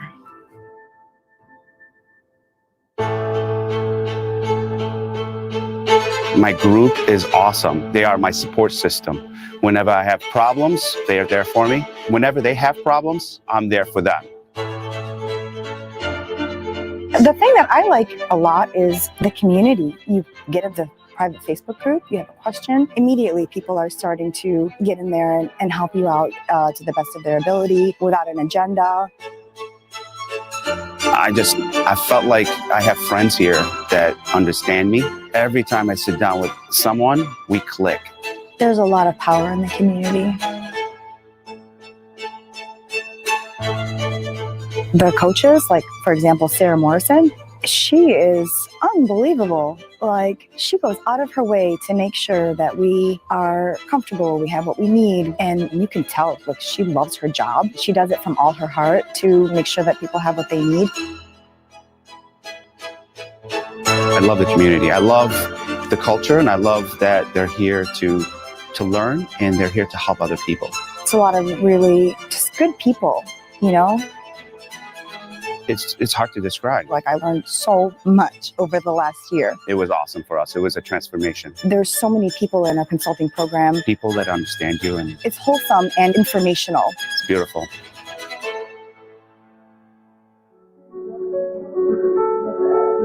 I used to be a dental hygienist, so when I was in my 9-to-5, making 6 figures in a year would be incredible. And at that time, that was the ceiling though. Like, I didn't think I could get past that. And the year that I found ClickFunnels, I got past that. Before being introduced to ClickFunnels or Funnel Hacking Live, I was in Facebook groups. I had taken these little mini courses here and there. I had tons of books, but even that, it wasn't enough for me to feel like, what are the step-by-steps, the strategies, the tactics? How do I get from A to B to C to Z? Like, I didn't understand what I needed to do. I had friends that were using ClickFunnels, and I just kept being like, who is this guy, Russell? Why are my friends so crazy about ClickFunnels? So I was like, hey, I'll check it out. And when I got here, it was like, this is a whole new world. I was able to see all these people who were just like me, who started whether they were in their 9-to-5 or had this amazing rags to riches story. And it did start to plant the seed, because I started to visualize, well, how can I do this and who can I learn from? Who can I learn from? The people who are doing it. As an entrepreneur, I feel like we all have this shiny object syndrome and ideas, and we see what other people are doing, and we're like, oh, can I take a little piece of that? Can I take a little piece of this? You're so immersed in it, you think this is exactly what's going to work. But sometimes when you put that out to the public and to the market, it doesn't exactly work like that. I've put out offers and they've flopped. And I've tried to tweak it and it flopped again. But having that one person that can go, hey, here's what I'm seeing, small tweak, and then it soars from there. And it's such an amazing community, because we're all about giving value. #overdelivered. So having the mentorship, the coaching, the people to say, hey, here's what I'm seeing from the outside in, and being able to implement that changes everything. I sat in that seat, I looked up at that stage and said, I'm going to be on that stage next year. And whether that was to get my 2 Comma Club award or speak, both of those were the dream. Both of those things happened because of the mentorship, the courses, the coaching, the opportunities, the things that this whole community puts together. And honestly, it's a software company, but with this community and with these mentors and coaches and people, I do feel like I can do anything.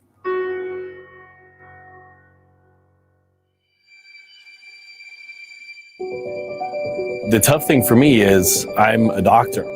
I was trained to help people with their health. I have no idea how to market. I needed resources that I could easily take action on without derailing the work that I was trying to do to save people's health. Finding the tool of ClickFunnels was really cool, because it was something that even somebody who has no idea how to do online stuff, I could navigate it quickly. But that tool is just a piece of it. Getting into a peer group, getting into targeted coaching that was there not only to teach me, but to support me, made all the difference. Any question that comes up for me, there's a resource inside the community that I can get to immediately that helps me get over that next step and keep moving forward. Anything I missed, somebody checked me on. Anything I didn't understand, somebody took the time to clarify for me to make sure I understood well enough to apply it. All of a sudden, everything clicks into place and makes sense. That was just confusing to me before.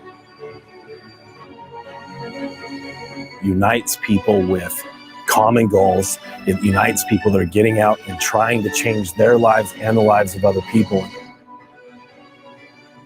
To find this type of coaching that was like, no, we can actually just take your passion, take the good that you want to do in the world, and allow you to have a bigger platform to bless lives. That was exactly what I needed.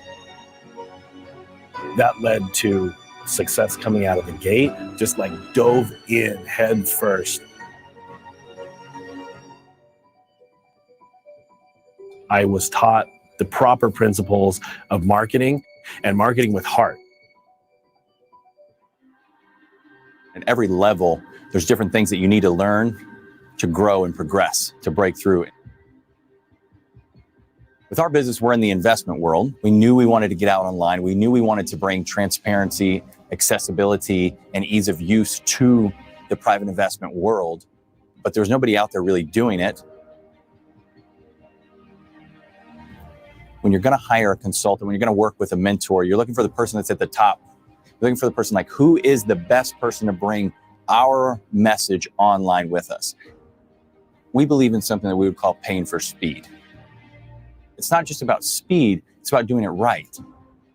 It's about business, it's about marketing, it's about getting your message out there so that you can impact more people. Aligning with somebody that was the expert is the fastest way to not only help your people, but to grow and help more people. No matter where you're at in business, it's difficult. You can get principles from a book, but when you can get straight to the source, getting actually in the room with the person and be able to ask every question with details, you collapse time and you're able to move with speed. You know you're tangibly crossing steps, you're breaking barriers, and you're getting closer to impacting more people. That's why we go out and get a mentor. Stop and take an inventory of where you're at right now. If you're not already where you want to be, it's because you don't currently have what you need to get there. The growth is in the gap, and when you find the right thing to bridge the gap, you're headed to where you need to go.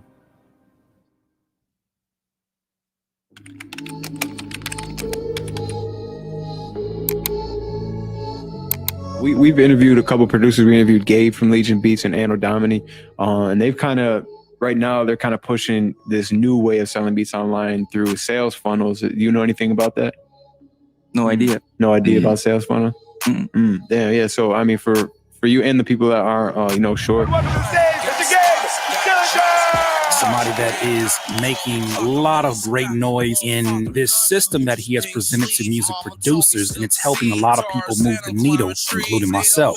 Gabe is somebody who has absolutely crushed it when it comes to selling beats, and I know a lot of you guys out there are trying to get to that space. They got a plaque because they made 1.2 million in the last year. You, my friend, are a genius. Got the internet going nuts. It was an honor.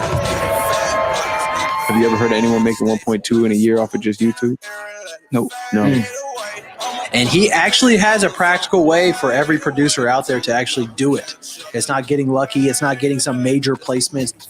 It's like combined together? No, they both actually have their own. Oh, they both made 7 figures? Yeah, and the plaque is from ClickFunnels, which is a very reputable company, you know what I'm saying? Like, Gabe has already won the game.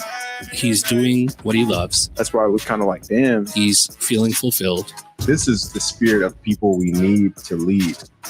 He's excited every day to do it. I'm gonna have to eat them up then. And he's generating a load of money doing it. I mean, all you need is those 4. Music producing really is about, to me, is really about problem solving. It's really about listening to a song and being like, oh my God, that sounds amazing. But then saying, wait, what about that sounds amazing? And then really breaking it down.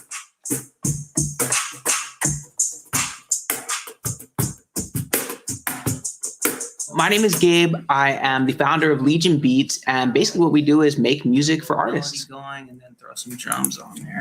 I think there's sort of this thing that almost all artists and musicians have, which is like, I want to do my art. I don't want to do business or marketing. Like, it's this thing that sucks that I have to do. That's closer. But what's great about this new model where we actually can create this music and then we give the opportunity to multiple artists to use it. Do some 808. Yes. Yeah. How we can reach so many more people. We can reach so many more artists, so many more fans. Our music is now being played. Like right now, there's people playing our music all over the world, which is building this type of business has made that possible. I always thought that my big break was going to come from the record label cutting me a big check. I realized eventually that this is really not going to actually turn into something that's sustainable. You kind of assume, or I used to assume that, hey, if you've worked with some big artist that's a household name, then you're on, you made it. But the reality is, even if you've gotten a couple of those places, you've worked with some of those people, you might only have made a little bit of money once and that's it. And now you're kind of waiting for the next one. 10 plus years of playing that game. And I was feeling stuck. Like I was, approaching 30 years old. I was still living at my dad's house. Couldn't afford to move out. Like I hated talking about what I was doing with music, where, I talked to like friends or family or whatever. And it felt like they would see me as somebody who's chasing this pipe dream or like the starving artist or something like that. And so I just didn't feel like that respect. I didn't respect myself, honestly, at that point. Lying on my bed in my room at my dad's house, just like feeling that anxiety. You get like like somebody's pressing down on your chest. At that point, it was like, I got to give up. Like I got to do something else. I got to get a real job. I got to, figure something out. Luckily, something made me think, okay, let me try shifting from this sort of industry game to actually selling beats online.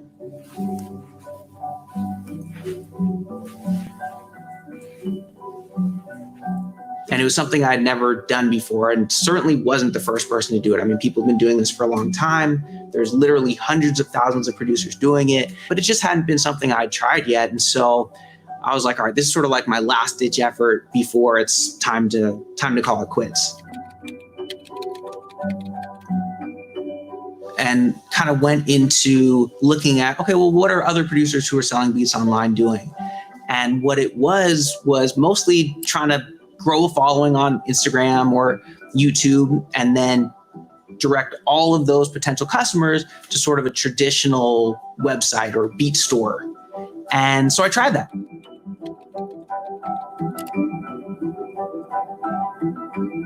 At first it was like, cool, I got a couple sales. I was like, all right, this is better than, chasing after artists and A&Rs and whatever. And it felt like I had a little more ownership, but it still wasn't going to pay the bills. It still wasn't going to get me out of my dad's house. I kind of looked at what every other producer was doing. I started geeking out on it a little bit. I was like, okay, maybe I can learn a little marketing tip or trick or something that'll get me a couple more sales. At this point, I had never considered myself an entrepreneur, never thought of myself as a marketer, didn't even really think of myself as a business owner. And eventually I was scrolling through Facebook and I happened to notice that a producer had posted a link, and it was to a page, and I didn't understand what I was looking at or what it was, but what it was he was actually using funnels to sell beats. First time I'd ever seen it. He was using funnels. I clicked on one of his links and I was like, oh, it's anodomini.clickfunnels.com. I was like, I wonder what ClickFunnels is. And from there, completely changed my life. So for the first time in my life, I applied some of that creativity and passion that I'd once only put into my music, and I started putting into my marketing as well. Using sales funnels, order form bumps, upsells, focusing on growing my list. Actually craft a process and really create a journey and an experience for my customer. Creating a true offer instead of trying to sell a commodity like basically everybody else in my niche was doing. They're going to see this page first. They're going to see this page next, and I'm going to build rapport with them. okay, instead of selling a commodity like a single beat lease, let me package them together and let me create like a beat pack. It's this whole bundle of products and services, this concept of a true offer. And because I was doing those things, pretty quickly in a couple years, I was able to climb to basically the top of my industry. I'm not hearing nothing in the can. Yeah, check. I hear the beat now. A little bit of me. Turn me out. Gabe, set me up.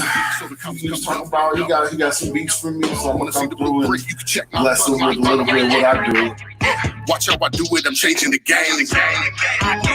No time for no rest, got a legion to train. Chillin' just something like Dillinger. Got a whole squad and I'm raising the building up. Loving the feeling of innovation. Gotta keep moving, can't be complacent. Success and fulfillment are both adjacent. Close and I feel it, my heart is racing. Got it from Russell and made it my own. Stepped on the field and I made it my home. Many money in the circle is growing. Now I pull up and I speak at the forum. The music industry has evolved so much in the last 5 years, 10 years, 20 years. It's something that's really changing constantly. And I think for a lot of people in music, the feeling is that the good old days are done. You know, it's dead or whatever. And what's really interesting is, in my opinion, this is the best time in history to be a musician, like hands down. The opportunities that I have, the things that I've been able to do, I wouldn't have been able to do 10 years ago, probably even 5 years ago. We are so lucky to be alive at this time because of the opportunities of technology, because of the way things have evolved, because the power has shifted. We can put out our own music. We can create these sustainable, profitable businesses ourselves. The breakthrough that I was looking for came in a completely different format than I thought. I thought that breakthrough was going to be getting a big check from the label or getting some big placement, working with a record label. And what it ended up being was learning about this whole world of entrepreneurship.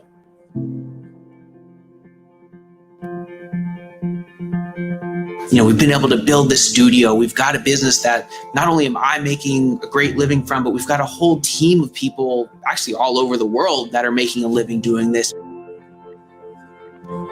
Career in music is really tough.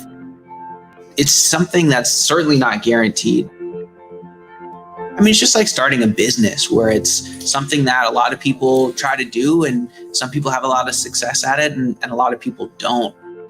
If I could like go back and let myself know, hey, that breakthrough that you're looking through, it could be just around the corner.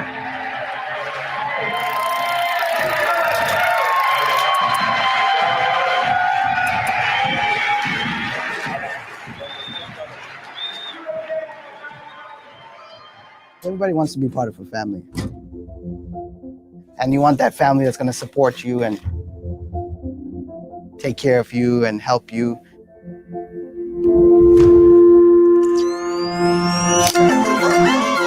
It's crazy to think that, these machines just come from designs on pieces of paper, put some LED lights in it, a camera and printer, and now it's like people buy them and it's changing their lives.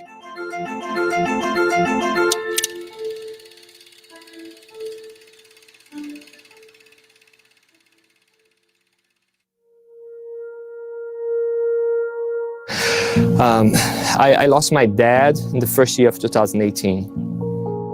And mid-2019, that's when my mom got diagnosed with cancer. And that particular point in time, I was just starting my business. I was starting from scratch.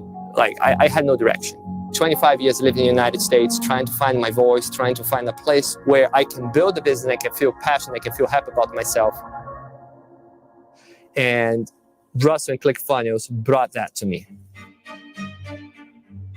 When I was building my funnels, when I was doing live events, when I was launching some products and services, there was a lot of blind spots I couldn't see it. And who's best in helping me see those blind spots? Somebody as blind as me, or somebody that's been there that can actually see the blind spot and tell me exactly the way that I should execute my business and my strategies so that I can have success. When I joined the ClickFunnels collective, right, you have access to people that are actually doing it. People that have keys that can unlock doors in your life, unlock doors in your business. And I feel like every single person is giving me a key to a new future.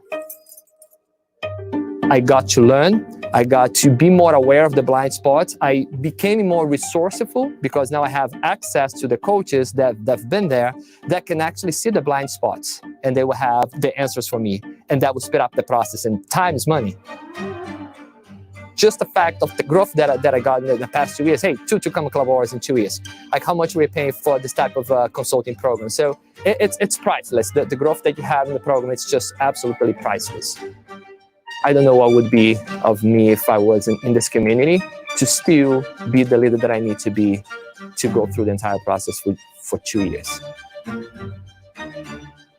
I can't imagine myself not having somebody coaching me and being part of the program.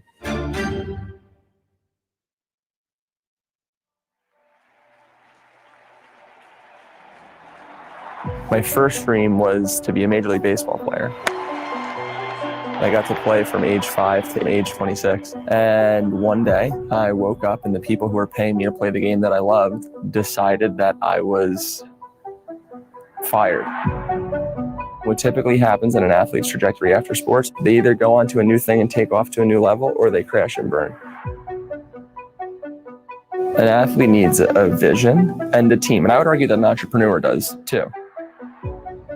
So my wife and I, we know we can help. So for like a whole year, we just mentored athletes transitioning out of sports to try to help like replace the new vision and give them a support team. It makes the pain that I felt like useful.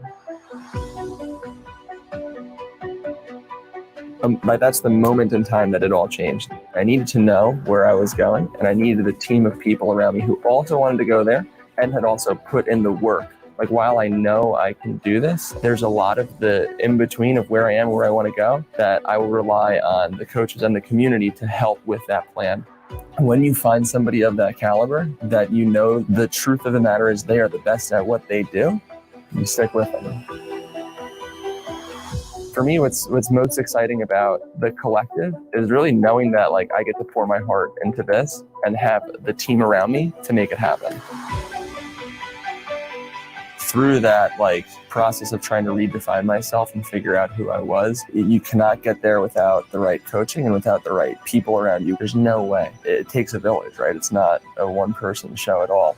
And it's like when you put yourself in that environment with those people, whether it be the coaches or the students, you're poised to continue on that path for greatness. The opportunity cost is the time. You may not get all of the results in month 1, in year 1, but you can't get the results that are coming in year 3 without starting today.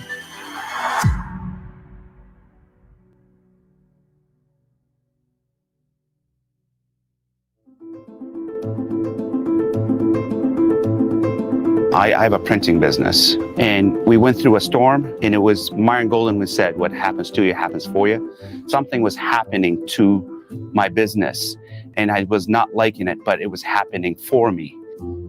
I'm a general dentist, so to me, this was a foreign language. I didn't understand anything about digital marketing. And I just felt like I wasn't doing my job right. There's a lot of concept there that we didn't know, and we knew that if we were gonna take the business to the next level, that we needed more.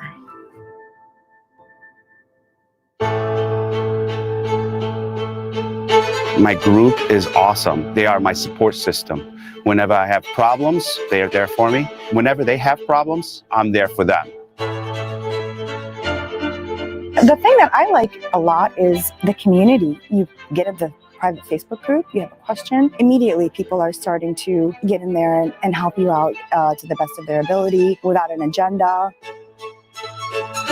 I felt like I have friends here that understand me. Every time I sit down with someone, we click. There's a lot of power in the community. The coaches, like for example, Sarah Morrison, she is unbelievable. Like, she goes out of her way to make sure that we are comfortable, we have what we need, and you can tell, like, she loves her job. She does it from all her heart to make sure that people have what they need. I love the community. I love the culture, and I love that they're here to learn, and they're here to help other people. It's a lot of really just good people, you know? It's hard to describe. Like, I learned so much over the last year. It was awesome for us. It was a transformation. There's so many people in a consulting program. People that understand you, and It's wholesome and informational. it's beautiful.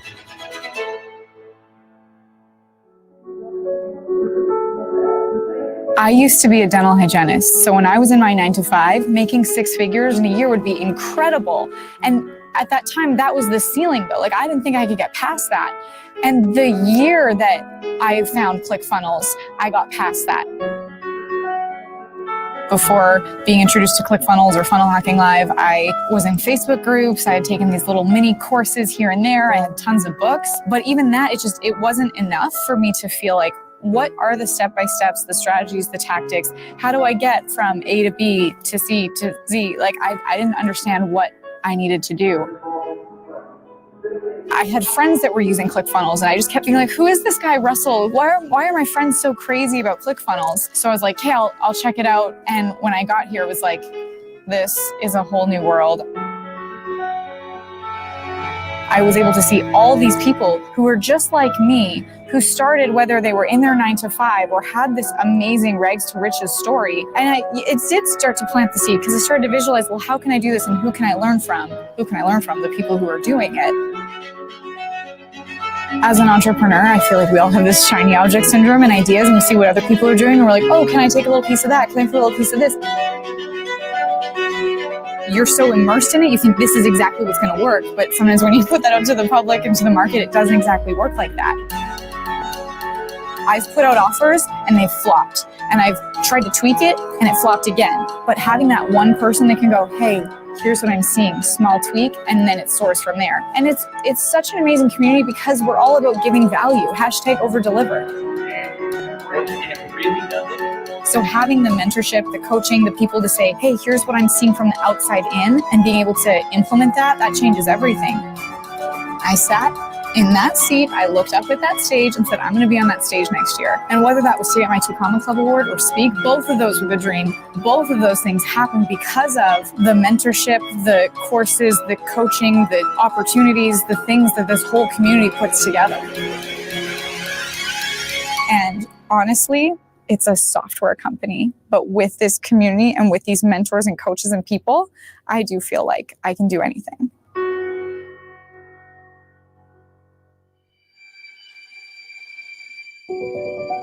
The tough thing for me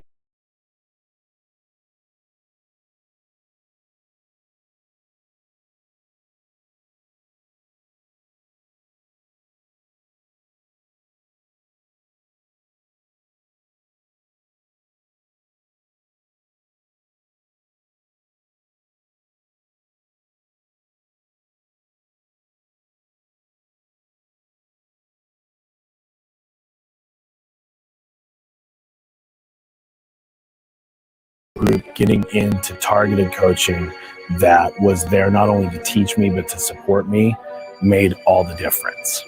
Any question that comes up for me, there's a resource inside the community that I can get to immediately that helps me get over that next step and keep moving forward. Anything I missed, somebody checked me on. Anything I didn't understand, somebody took the time to clarify for me to make sure I understood well enough to apply it. All of a sudden everything clicks into place and makes sense. That was just confusing to me before. Unites people with common goals. It unites people that are getting out and trying to change their lives and the lives of other people. To find this type of coaching was like, no, we can actually just take your passion, take the good that you want to do in the world, and allow you to have a bigger platform to bless lives. That was exactly what I needed. That led to success coming out of the gate, just like dove in head first. I was taught the proper principles of marketing and marketing with heart. At every level, there's different things that you need to learn to grow and progress, to break through. With our business, we're in the investment world. We knew we wanted to get out online. We knew we wanted to bring transparency, accessibility, and ease of use to the private investment world, but there's nobody out there really doing it. When you're going to hire a consultant, when you're going to work with a mentor, you're looking for the person that's at the top. You're looking for the person like, who is the best person to bring our message online with us? We believe in something that we would call paying for speed. It's not just about speed, it's about doing it right. It's about business, it's about marketing, it's about getting your message out there so that you can impact more people. Aligning with somebody that was the expert is the fastest way to not only help your people, but to grow and help more people. No matter where you're at in business, it's difficult. You can get principles from a book, but when you can get straight to the source, getting actually in the room with the person and be able to ask every question with details, you collapse time and you're able to move with speed. You know you're tangibly crossing steps, you're breaking barriers, and you're getting closer to impacting more people. That's why we go out and get a mentor. Stop and take an inventory of where you're at right now.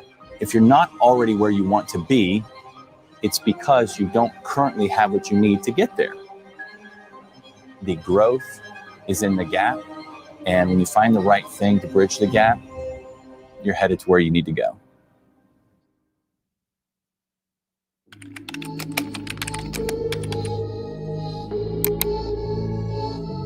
We've interviewed a couple producers. We interviewed Gabe from Legion Beats and Anno Domini, and they've kind of, right now, they're kind of pushing this new way of selling beats online through sales funnels. Do you know anything about that? No idea. No idea about sales funnel? Damn, yeah. So, I mean, for you and the people that are, short. Somebody that is making a lot of great noise in this system that he has presented to music producers, and it's helping a lot of people move the needle, including myself. Gabe is somebody who has absolutely crushed it when it comes to selling beats, and I know a lot of you guys out there are trying to get to that space. They got a plaque because they made 1.2 million in the last year. You, my friend, are a genius. Got the internet going nuts. It was an honor. Have you ever heard of anyone making 1.2 in a year off of just YouTube? Nope. No. And he actually has a practical way for every producer out there to actually do it. It's not getting lucky. It's not getting some major placements. It's like combined together? No, they both actually have their own. Oh, they both made 7 figures? Yeah, and the plaque is from ClickFunnels, which is a very reputable company, you know what I'm saying? Like, Gabe has already won the game. He's doing what he loves. That's why I was kind of like, damn. He's feeling fulfilled. This is the spirit of people we need to lead. He's excited every day to do it. I'm gonna have to eat them up then. And he's generating a load of money doing it. I mean, all you need is those 4. Music producing really is about, to me, is really about problem solving. It's really about listening to a song and being like, oh my God, that sounds amazing. But then saying, wait, what about that sounds amazing? And then really breaking it down.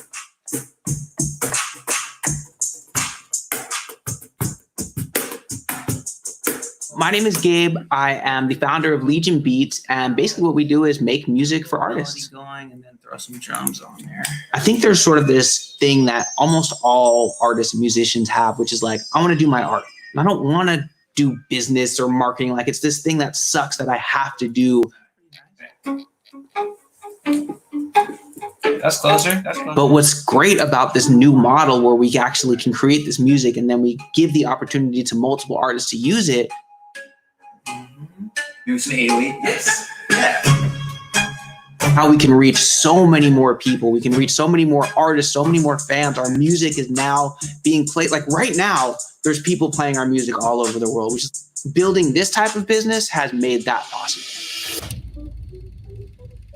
I always thought that my big break was going to come from the record label cutting me a big check. I realized eventually that this is really not going to actually turn into something that's sustainable.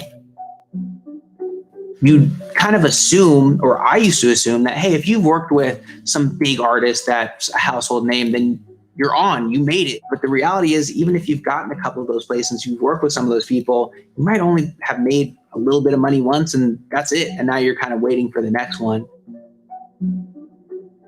10 plus years of playing that game. And I was feeling stuck. Like I was, approaching 30 years old. I was still living at my dad's house, couldn't afford to move out. Like I hated talking about what I was doing with music, where, I talked to like friends or family or whatever, and it felt like they would see me as somebody who's chasing this pipe dream or like the starving artist or something like that. And so I just didn't feel like that respect. I didn't respect myself, honestly, at that point. Lying on my bed in my room at my dad's house, just like feeling that anxiety, you get like the, like somebody's pressing down on your chest. At that point, it was like, I got to give up. Like I got to do something else. I got to get a real job. I got to, figure something out. Luckily, something made me think, okay, let me try shifting from this sort of industry game to actually selling beats online.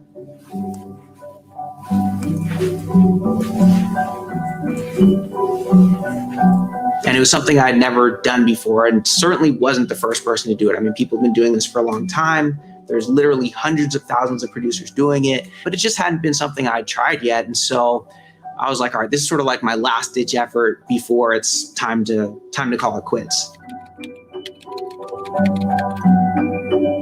And kind of went into looking at, okay, well, what are other producers who are selling beats online doing? And what it was mostly trying to grow a following on Instagram or YouTube, and then direct all of those potential customers to sort of a traditional website or beat store. And so I tried that.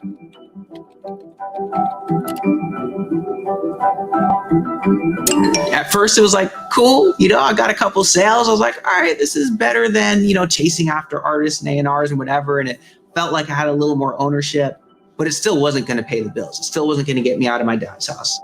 I kind of looked at what every other producer was doing. I started geeking out on it a little bit. I was like, okay, maybe I can learn a little marketing tip or trick or something that'll get me a couple more sales.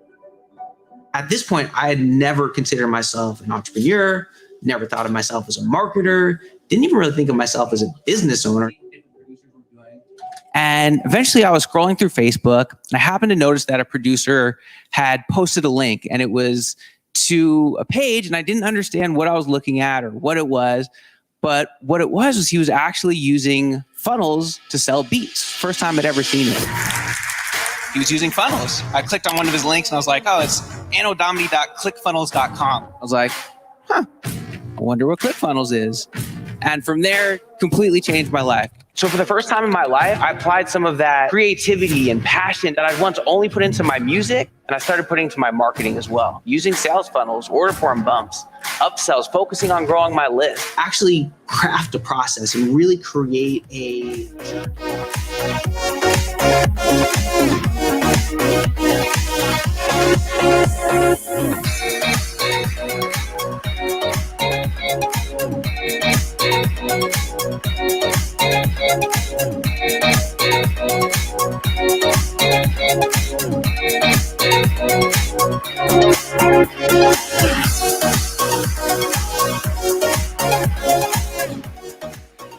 What's up, everybody? Welcome back. Hope you guys had a good break, and hope you guys enjoyed Yada's session this morning. I think it was awesome, and hopefully gets you guys understanding how this whole email thing is starting to work, right? I call it the soap opera sequence when someone first comes in. She calls it something different, but it's understanding to build that connection in the relationship right out of the gate. So during the next session, I'll start filming here in a few seconds. I'm going to be talking about some campaigns, which is really fun. Some follow-up funnel campaigns that I'm going to break down and show you guys behind the scenes of. So it'll be fun. With that said, if you guys, again, anything you want to post in the comments down below, your biggest takeaway from Yada's presentation, I'm sure she'll be watching these and looking. Let her know. Thank you so much. Give her, some comments, some love. Let her know how great she did. And if you have any big ahas you got from her, please post those down below as well. And with that said, I'm gonna start this party up. You guys ready? To go into module number 4. You okay if we over deliver? I just want to make sure that you guys are all, okay, cool. Okay, all right. Here we go. Hey everyone, it's Russell Brunson. Welcome back to List Building Secrets. We are now moving into module number 4, which is our follow-up funnel campaigns, which I'm really excited for. Okay, we've covered so many things in the last few modules. Obviously, number 1, we talked about the whole list building business model, understanding why having lists is the most important thing you could be focusing on. Every funnel we build, the sole focus and purpose initially is to use it to build a list, right? That's number 1. Number 2, we talked about different ways to create lead magnets so we can get those people to come to us. Number 3, Yada talked earlier today about the subscriber reviver. Like someone comes in, how do you build that relationship? What's the initial email sequence you go through to tell them your story, have them get to know you, build a relationship. They like you, they trust you, they're going to buy from you over and over and over again, right? And so that's the next phase. And now we're going to move into some of the really fun stuff. I think these are some of my favorite parts, and something that it's funny. I think a lot about this, but I don't talk about it a lot, and I don't know why. In fact, I was talking to Steve Larson, who you guys will actually hear from in a few minutes. For those who know, he's actually sitting in the room right there. But we started talking about this, and like, everyone in our world talks about funnels. We talk about driving ads. We talk about these things. There's like this lost art of orchestrating campaigns. Like what's the process you take somebody through? If you want to sell them something, you just send them an email like, hey, go buy my thing. Or what's the process? What do you take them? How do you increase the goodwill ahead of time? Someone likes you, they get to know you, they trust you, so they're more willing to buy. How do you build value so that people don't feel like Yada talked about earlier, where you're just taking money out of the bank all the time? How do you fill that bank up in a really cool, really fun, really exciting way? And so that's kind of stuff we're going to be talking about, some campaigns. Now, I want you to stress this is by no stretch of the imagination like all possible campaigns. I could spend 6 months just going over tons of ones that I've seen, tons I've watched, tons that I've done. But I want to share with you guys, I think 5 or 6 I'm going to be sharing with you guys today. And each one is for a different purpose. Now, some of these you may be like, oh my gosh, that's the most amazing campaign of all time. I want to do that one. Some of you may be like, I hate that campaign. I do not ever want to do that one. It's totally cool. I'm just going to be sharing you guys a bunch of different ones, and you can kind of pick and choose and get some ideas for yourself from those campaigns that you can use to generate more revenue from your existing email lists. Okay. So that's kind of the game plan. I'm also hoping that this session, by seeing me lay out and structure 5 different campaigns, I'm hoping that it'll get your mind thinking. Because again, there's like the art and the science of this business, right? The science of like, here's the structure, email 1, 2, 3, like this is how it works. And there's the art of like, how can I make that better? What could I do? Like, what are the things I could create and I can innovate on top of these concepts? And so that's what you guys doing is thinking outside of just like, okay, I must just take this cookie cutter and copy it. It's like, here's a framework. Like how can I make my own frameworks? What are the ideas that I can come? And so hopefully from that you'll notice. In fact, all these campaigns you're going to see today were all just an idea someone had that worked, and it's like, oh, let's do it again. Let's make it into a framework. Let's use it over and over and over again. And that's kind of where they came from. Okay, so again, we call these things here in the ClickFunnels world, we call these follow-up funnels. Okay, everyone knows about a sales funnel, right? Where it's like step 1, someone hits this page. Step 2, they go here. Step 3, and there's different pages that someone goes through. But in the email sequencing, we call these follow-up funnels, okay? Because this email number 1 is this email 2. Okay, now inside your ClickFunnels software, you have software that builds your sales funnel, page 1, page 2, page 3. But you also have a tool that we call follow-up funnels, which lets you set up your follow-up funnel the same way as email 1, email 2, email 3. So if you look at the slides, you can see this is what it looks like. It looks very similar to ClickFunnels, okay? Instead of having a page there in the middle, it's the actual email that's going to be sent out. So here's the first email, here's second email, here's 3. And you kind of walk down through the whole sequence, okay? And so that's kind of what a follow-up funnel is. And so these are all different follow-up funnel campaigns. After someone's on your list, we're going to have a follow-up funnel that takes them through a certain campaign, a certain process, a certain thing that we're going to do. Okay. So I'm going to walk you guys, like I said, through 5 different campaigns. And the very first campaign I want to share with you guys today is my membership site Kickstart campaign. Okay. Now this is really good for anyone who has a membership site.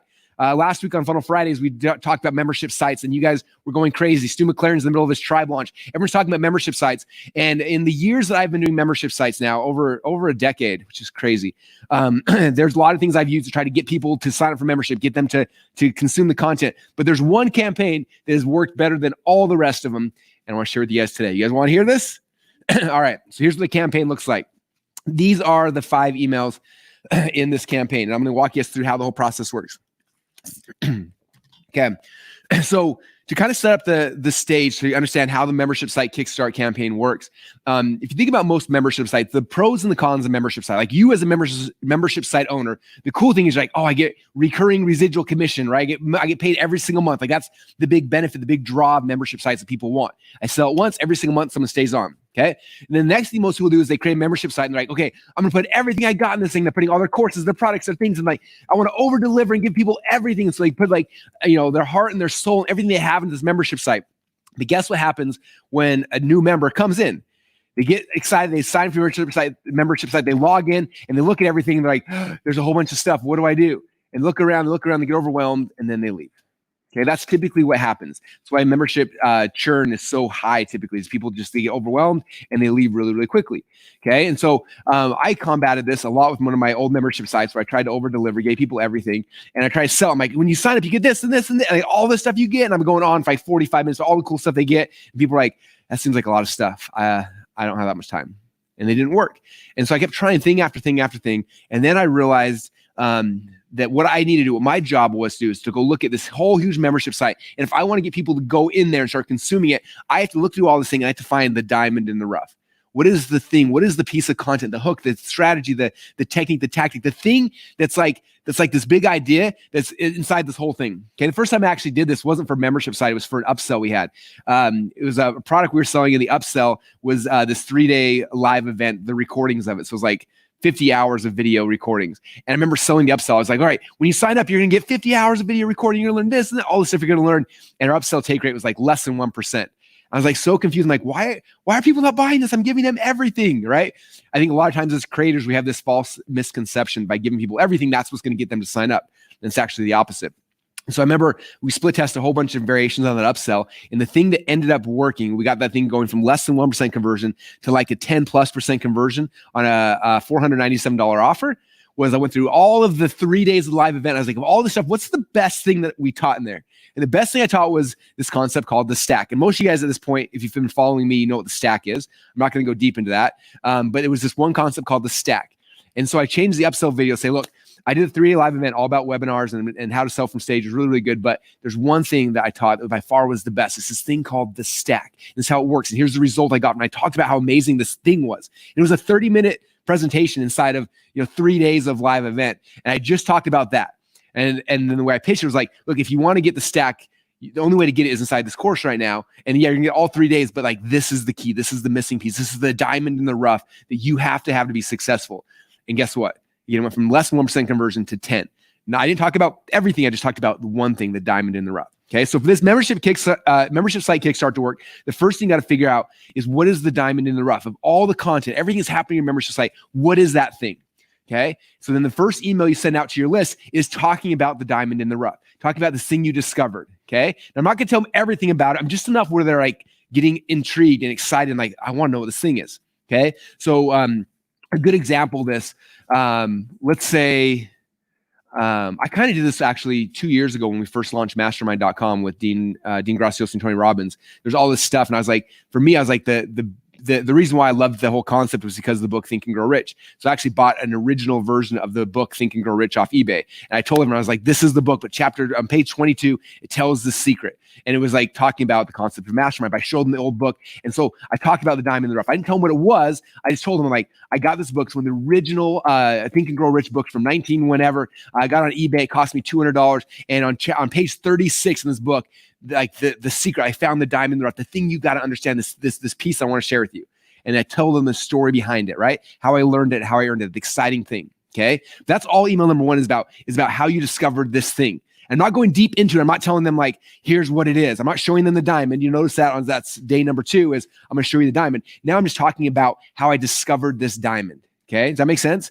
So the discovery of the diamond is what gets somebody sucked in. It's the story about how you learned it or you earned it, right? So if you earned it, I found this book, or I learned it, like I was at this event and this thing, and there was this guy, and afterwards we were at the bar, and there he was talking, he was drunk off his butt, but he said this thing, and like when I heard it, I was listening, he said it, and it changed everything. It taught me how to do this, how to do this, how to do this. And how many of you guys want to know what that is? Cool. Tomorrow's email, I'm going to tell you. Okay? Like that's the hook. Okay. And so that's what starts this thing. You're finding the diamond and all the stuff in your membership site. What's the diamond in the rough? You pull that piece out and you tell them how you found it, how you discovered it, how you learned about it. And then you don't give it to them yet. You're just telling them about how you found out about it. Okay. And that's the first hook. Okay. That's email number 1. Okay. Now the second day, everyone who read that email was freaking out because they're like, okay, that was amazing. Like, what is it, Russell? I'm waiting. Like, this is when you get emails coming back at like 9 o'clock in the morning. Like, I'm waiting for email 2. Russell said another email's coming tomorrow and it's 9 o'clock. Where is it? I can't sleep. I need to read the second email. Like, that's what you want your list doing, right? The better you tell the story, the more likely they are to come to you for that. Okay. So diamond in the rough. And then day number 2 now is where we now show them diamond. Okay. So there's a difference between strategy and tactics. and I'll talk more about this here when we get to day 4. The strategy is like the outline of something of what we do, right? So if I look at like if I was a football coach, and I'd be like, okay, here's my clipboard. I think that's what a clipboard looks like. And I'm like, here's the strategy. There's the guys here and the guys here, and you're gonna go here and throw the football here, and we're gonna do the thing. And that's the overarching strategy, right? The step by step, the outline. Okay. Yesterday we talked about frameworks. I talked about a framework as like an outline, like step 1, step 2, step 3. It's what I would do if my mom came to me and said, Russell, make me a cake. Okay, here's the strategy of making cake, Mom. First, you got to buy flour, then you got to mix it, and we have the strategy, right? Okay, so in day number 2 is where I start showing off this the diamond I found and explaining the strategy behind it. Okay, now so this is strategy versus tactics. Okay, so the tactics then are when you dive deeper into it. Okay, so for example, if you've ever watched the funnel hacks presentation where I talk about funnels, right? My strategy is like step number 1, you got to find a funnel that works. Step number 2, you got to buy what they're selling. So you go through and you buy the product. Step 1, you go and you buy the whole thing. Step number 3, then now you see what the funnel need to look like. So you see the funnel. Step number 4, now you go build this funnel inside of ClickFunnels. Step number 5, now you launch and drive traffic. So there's this strategy of how I build a funnel, right? Okay, the tactics how I build a funnel now is go and say, okay, let's open up ClickFunnels. Let me show you. First, you click here, then you click here, then you got to copy this here, then you type the headline here, and then here's the tactics of how to write copy. And here's a headline. Like the tactics are all of the sub-level stuff, right? By the time you see the tip of the iceberg, like this is like build a funnel. Okay, cool. Now, how do I go down? How do I actually do that? And then here's all the steps, like step 1, 2, 3, 4, 8. Like this is all of the stuff on this side of the iceberg is the actual tactics, right? Okay, so it's important to understand the difference between strategy and tactics as we get into this, because I'm not showing them tactics. This is going to be coming on day number 4B. Right now I'm talking about the strategy. Okay, so I show them the diamond. Okay, this is what I found on page 63 in Think and Grow Rich. There's this concept. Let me share it with you. Boom, and I read the thing, or I tell them about the thing that I found, or that I was at the bar with that guy, and this is what he told me. He told me that. Boom, and I explained like this is what the thing is. Okay, he told me the secret of how he did this whole thing was he had a funnel, right? And so when we walk through, this is the process. First step he does is he finds the thing, and I go through the basic high level strategy of it just really quickly so they understand like this is what it is. This is kind of how it works. So they're like, okay, cool. I'm starting to understand that, right? And so they get excited. So day number 2, I tell them that. So day number 2, I show them the diamond, kind of briefly explain the strategy, and then I ask them a really simple question. Okay. I'm thinking about later on this week going and doing a live call where I show this strategy in more detail. How many of you guys would be interested in learning more about that? If you're interested, let me know. And I'm thinking about doing a call Friday. If you guys aren't interested, that's totally cool. I don't have to do the call. But if you are, let me know. That way I can make sure that we set up a call and we do it in 2 days from now. Okay. So that's where I'm showing the diamond, briefly touching upon the strategy, and then asking them if they want more. Okay. That's day number 2. Okay, now I move to day number 3. Now they're freaking out because they got excited about the diamond in the rough. They see it and they kind of understand the strategy, but they don't know how. They don't know the tactic. I don't know how to do it. I just know like this sounds awesome. I really, really want it. So day number 3 then is I start explaining the results. Okay, so after I told you guys yesterday about this cool diamond I found, right? When I got back from the event and the thing the guy at the bar told me, I went back and I implemented it. Let me show you the results I got from this thing. And then he shared, here's the results I got, or the results I got for somebody else. Something where it's like they see the big payoff, and all of a sudden like. It went from me like, this is a cool thing to like, oh my gosh, this cool thing could equal this to me. This result I could get if I actually could hold and touch this thing at that level. Okay. So I'm explaining the result that I got from the diamond in the rough. Okay. I explain the result and say, look, so here's the result I got. Like I was able to launch a funnel and launch my supplement company and blah, this is what happened. Or I was able to implement this thing when I figured out the whole new diet thing, and I lost 35 pounds in 2 weeks, right? Whatever the result is, and say, look, yesterday I asked you guys if you'd be interested in me walking you deeper in the strategy. Everyone's freaking out, and now you've seen what it's actually done for me. Do you want me to break this down in more detail? Okay, everyone told me yes yesterday, so what I'm gonna do? I'm gonna do a call tomorrow. And usually I do these. We've done them on teleseminars, we've done them on webinars. It doesn't really matter. But on day 3 is when I give them a way to register. Okay, so I built up pressure. Day 3 is like register because tomorrow I'm gonna do this live thing where I walk you guys through the entire strategy. Okay, that makes sense so far. Day 1, introduce the diamond, the story about the diamond. Day 2, we show them the diamond and touch upon the strategy and tease them about. If they have them email you back to let you know if you're interested in learning more about strategy. Day number 3, now you show the result that you got because of it, and then you actually give them the link to register for the live call. Okay. All right. Now we're moving on to day number 4. This is where the fun starts happening. So day number 4, this is the 45-minute training that you were doing. Okay, so you have an email basically that goes out in the morning, says, okay, the training is going to be starting today at 2 o'clock or 3 o'clock, whatever. It's going to be less than an hour. I'll make sure you show up live. We're going to be going hard and fast. I'm going to walk through the details of what this diamond is. I'm going to go show you exactly how I got this result, but I'm going to do it live right now, so make sure you get on early and blah, blah, blah, right? So you push them to whatever the call is that's happening, okay? So day number 4, it's basically pushing them so they can come on the live strategy reveal, okay? Now on the call, this is where the magic happens. I learned this initially from Alex Mendozian. I saw him do it 2 or 3 times, and then I stole it and did it a bunch of times myself. This is the power, okay? Again, this is going to be a 45-minute call. So let's say we start at noon, okay? So noon we start, and at noon at the top of the clock we start, and all I'm doing is I'm going to go through the strategy, okay, in detail. Like, here's what you do first and second and third, and showing examples. Here's what I did, and here's how I did it, and like we're going over the entire framework, okay? Teaching the strategy of the framework. Okay, it should take us about 45 minutes to teach that strategy of the framework. Okay, and the 45 minutes mark is where you end. Okay, like you've gone through the whole strategy, you've gone through 45 minutes and say, okay, this is the deal, you guys. You've seen how this works. You understand the whole magic. As you know, I have a membership site over here. And for all of my members, I'm actually going to be doing a deep dive where I go deep into the actual tactics of it. Okay, you guys now understand the strategy. I want to go through the tactics so I can help you implement this thing. Okay, if you want to be on that call, the call starts in 15 minutes. Okay, or 45 minutes. At the top of the hour, the call starts. Okay, when you go into the members area, inside the members area is the link for you to register for the next call, and on that call is where I'm going to break down this entire thing. But that call starts it starts in 15 minutes. So if you're already a member, log in and go register for the call. I'm going to see you guys in 15 minutes. If you're not a member yet, you got 15 minutes before we start live. So go now, quick, go. You have 15 minutes, and you push them to go, and then that's where the live strategy call ends. Okay. Immediately afterwards, for everyone who's registered for the live strategy call, at that 15-minute mark, you have an email go out immediately that kind of recaps. Hey, I just went over the strategy for the last 45 minutes with you guys. As you know, the live training call for members only is starting in 15 minutes. If you don't have your account yet, if you're already a member, log in and go register. If you don't have an account yet, go get your account set up right now, because in 15 minutes, live call starting. The registration is in the members area. Go. Okay, and they got 15 minutes, and you will see more sales happen in that little 15-minute window than probably the prior 6 months of your membership site combined. They freak out. Okay, everyone comes in there. They watch the live training. Okay, and when the live training is over, then the next day you send out one more email and say, look, the live training yesterday was amazing. We had 300 new members who joined us. Everyone's been asking for replays, some people who couldn't do it. We're going to do one shot. This is a 24-hour replay. I'm going to send out the replay that walks you guys again through the tactics. And when that's over, we're putting this back in the vault, and it is gone forever. So this is your last shot to do it. Again, this is only for members. And so if you want that, go create your account membership. Go create your account in the membership site right now, and that video is on the members area on the dashboard for 24 hours, and then it's gone. It's back in the vault, just like Disney does. They put like Little Mermaid back in the vault. My kids don't even know who Little Mermaid is now. Same thing you're going to do. You put it back in the vault, and everyone's freaking out because they want it so bad, and it's gone. And that's how you get 300, 500 people into your membership site in 15 minutes by using the membership site Kickstart funnel campaign. We guys think about the first one there. Do you guys like that? Steven likes it. All right.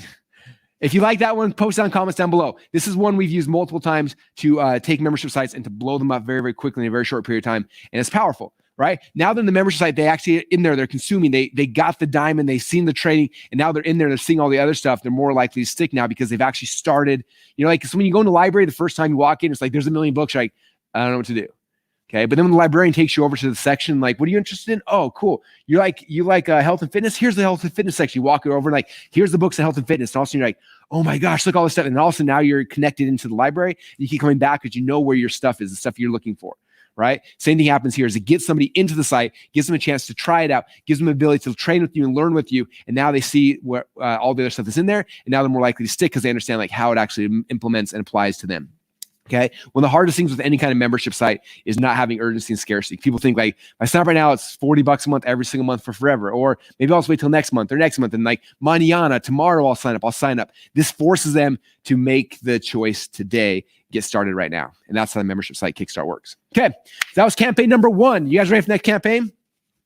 I was hoping for campaign number 2, I could get Mr. Frank Kern to fly out here and actually do a training. But then this whole coronavirus thing happened. Everyone's on lockdown and he's on the other side of the country from me. And so I messaged him and I was like, hey, Frank, do you mind making a video for everyone who's going to be watching live from your home and go over the 4-day cash machine? And luckily for me and for you, he said yes. Now I want to explain what the 4-day cash machine is really quick ahead of time to kind of give it some value before you have a chance to see it. This is something that Frank's been doing now for over a decade. I've seen him do it, I don't know, a couple times a year. Every time he does it, he makes insane amounts of money. He used to teach this in his old mass control course, which is inside of FunnelFlix for those who are FunnelFlix members. It's one of the things like, I need a bunch of cash this weekend. Okay. I got 4 days. I need to make 100 grand or whatever, 30 grand. Everyone's got different numbers that are important to them. If you want to make a bunch of cash in 4 days, this is the 4-day cash machine. It works. It's been proven in hundreds and hundreds of different markets. It's very simple. These are basically the 4 emails, and Frank's going to break them down. Day number 1 is called the reason why day. Day number 2 is called level up day. Day number 3 is the interest compounder. And day number 4 is the pressure cooker. Okay. So, that's kind of the campaign that Frank's going to walk you through right here. So I'm going to cue up the video. It's about 10 minutes long of Frank walking through his 4-day cash machine. Hey everybody, Frank Kern here, and welcome to this super low-tech walkthrough of the 4-day cash machine. So I'm recording this for you on my little built-in webcam thingy on my Mac using the built-in microphone. No fancy stuff because we're here in this super fun state of Corona-induced lockdown. And I'm going to be using my iPad as a whiteboard to try to illustrate for you how to do the 4-day cash machine. So this is a pretty cool campaign. 4-day cash machine actually is not my invention. It was invented by my cousin Trey Smith. And it's called the 4-day cash machine because it's a promotion that runs over the course of, you'll never guess, 4 days, and it's designed to produce a lot of cash. So in order to make it work, you need a couple of moving pieces. Number 1, you need a thing to sell. Number 2, you need a reason to sell it. And number 3, you need some bonuses. All right, so here's how it works. Psychologically, what you're doing is you're compounding the effects of self-interest that your prospect has, their desire to gain a specific benefit. You're going to compound that with the effects of a deadline. So the way a 4-day cash machine works is, we'll come over here to the iPad, is we start over here on day number 1, and as we move towards day number 4, we start adding more bonuses. So if this is on day number 1, we'll say, okay, we're having this special sale and it's a discount or whatever, and you get a bonus. And then on day number 2, we say, okay, you get another bonus. So now we have 2 bonuses. Now what's happening is we're also starting to say, hey, there's only 48 hours left because we're here on day number 2, right? So there's 48 hours left. So if you come back over here and look at the iPad, the person's interest, our prospect's interest and sense of urgency, it will begin to really escalate, like almost like a hockey stick, level of growth there because of the compounded effects of more bonuses being added to greater levels of scarcity. So here's how you do it, all right? On day number 1, we'll call this the opener. And on day number 1, you send an email out to your list and you say, I'm having this special sale because of X, right? And so when my cousin Trey invented the 4-day cash machine, his reason why was New Year's Eve. He just kind of pulled this thing out of the air one time on New Year's Eve, like 15 years ago or something. And so I was like, man, I should do that, but it wasn't New Year's Eve anymore. So my reason why, swear to God, was to say thank you for being a subscriber on my email list. So I'm having this special sale for you because I want to say thank you for being a subscriber on my email list. So we'll call day number 1 reason why day.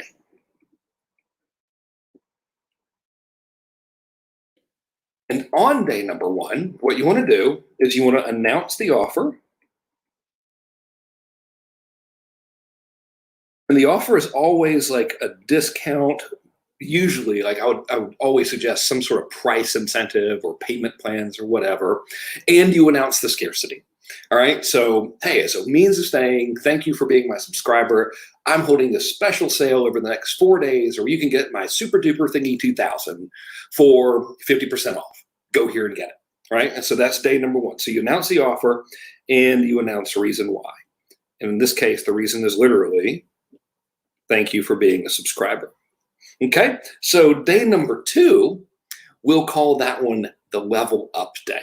All right. And this is where we start leveling up their interest. Now, notice on day number 1, we're not like, hey, you better hurry. It ends in 4 days. It's more like, hey, I'm having this thing as a way to say thank you. We're just really getting their interest on day number 1. Some people will buy on day number 1, but it's not really like a ton. Okay. So day number 2, we're going to level up that interest. So on day number 2, we restate offer.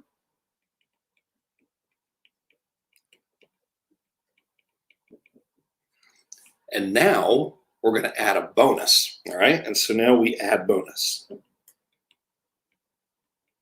And so the way you might word that is, hey, Bob, you know, as you probably know, for the next 3 days, I'm having this special 50% off sale for my Super Duper System 2000 as a way of saying thank you for being my subscriber. And, you know, the feedback has been so great and I'm having so much fun that I decided to also add this special bonus when you buy during this sale. Right? And so that's kind of it. And then you want to end that correspondence with a little bit of scarcity.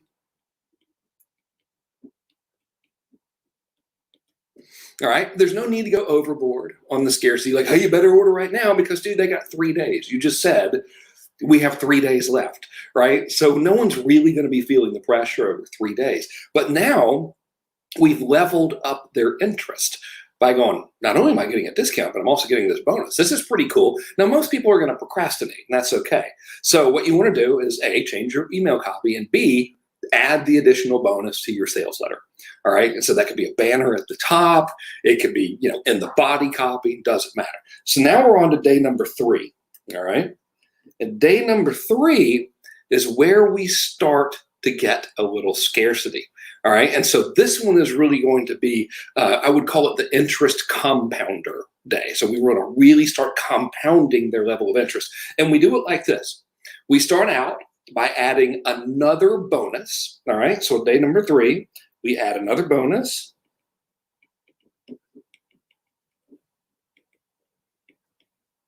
That's the new way to spell bonus right there. I just left the U out on purpose.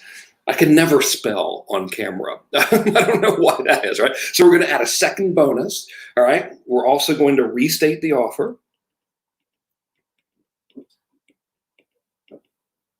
Sorry, my handwriting's so bad. It's always this bad, but especially on an iPad. You don't have that tactile, you know, feeling like you do on paper. So we add another bonus, we restate the offer, and now we turn up the scarcity because it's a 4-day sale. Tomorrow's the last day, right? So we turn up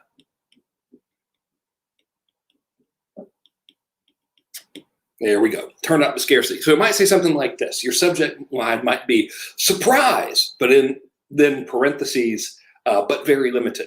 And your copy might say, Dear Bob, I got a great surprise for you.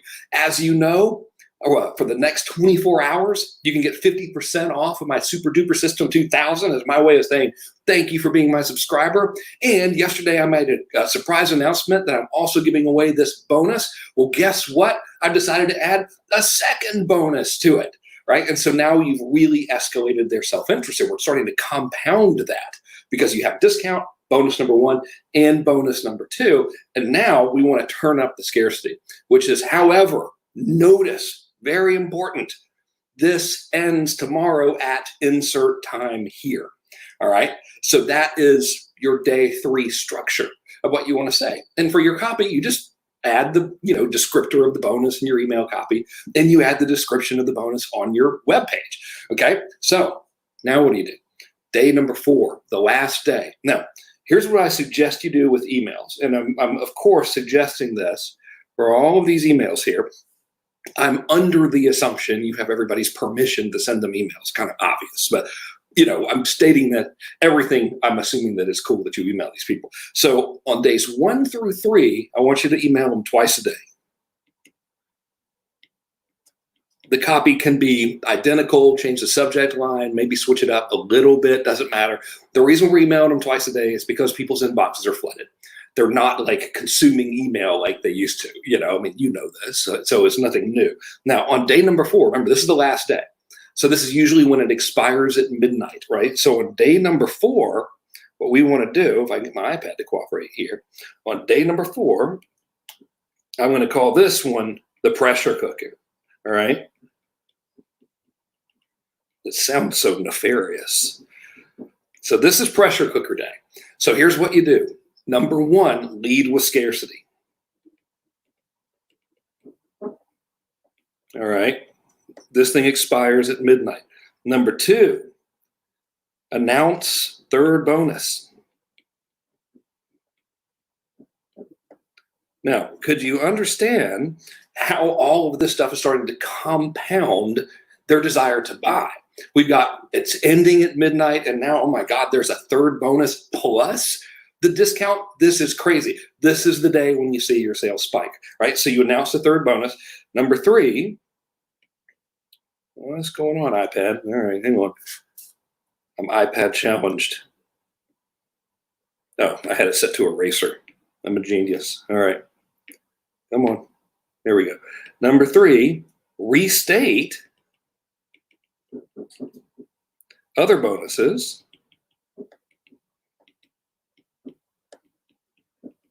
So what that means is you're like, hey, you know what? Breaking news, deadline. All right. This expires tonight at midnight. However, great surprise for you. I've decided to add a third bonus as part of this thank you for being my subscriber sale. This new bonus is blah, blah, blah, blah, blah. Keep in mind, this is in addition to the other two bonuses that you're also getting. Those bonuses are blah, blah, blah, blah, blah. Keep in mind, this is in addition to the crazy discount you're getting. It normally costs X, but today you can have it for Y, right? And then we want to close. I was about to draw 5 here. We want to close. Man, I went to eraser mode again. Okay, we want to close with scarcity.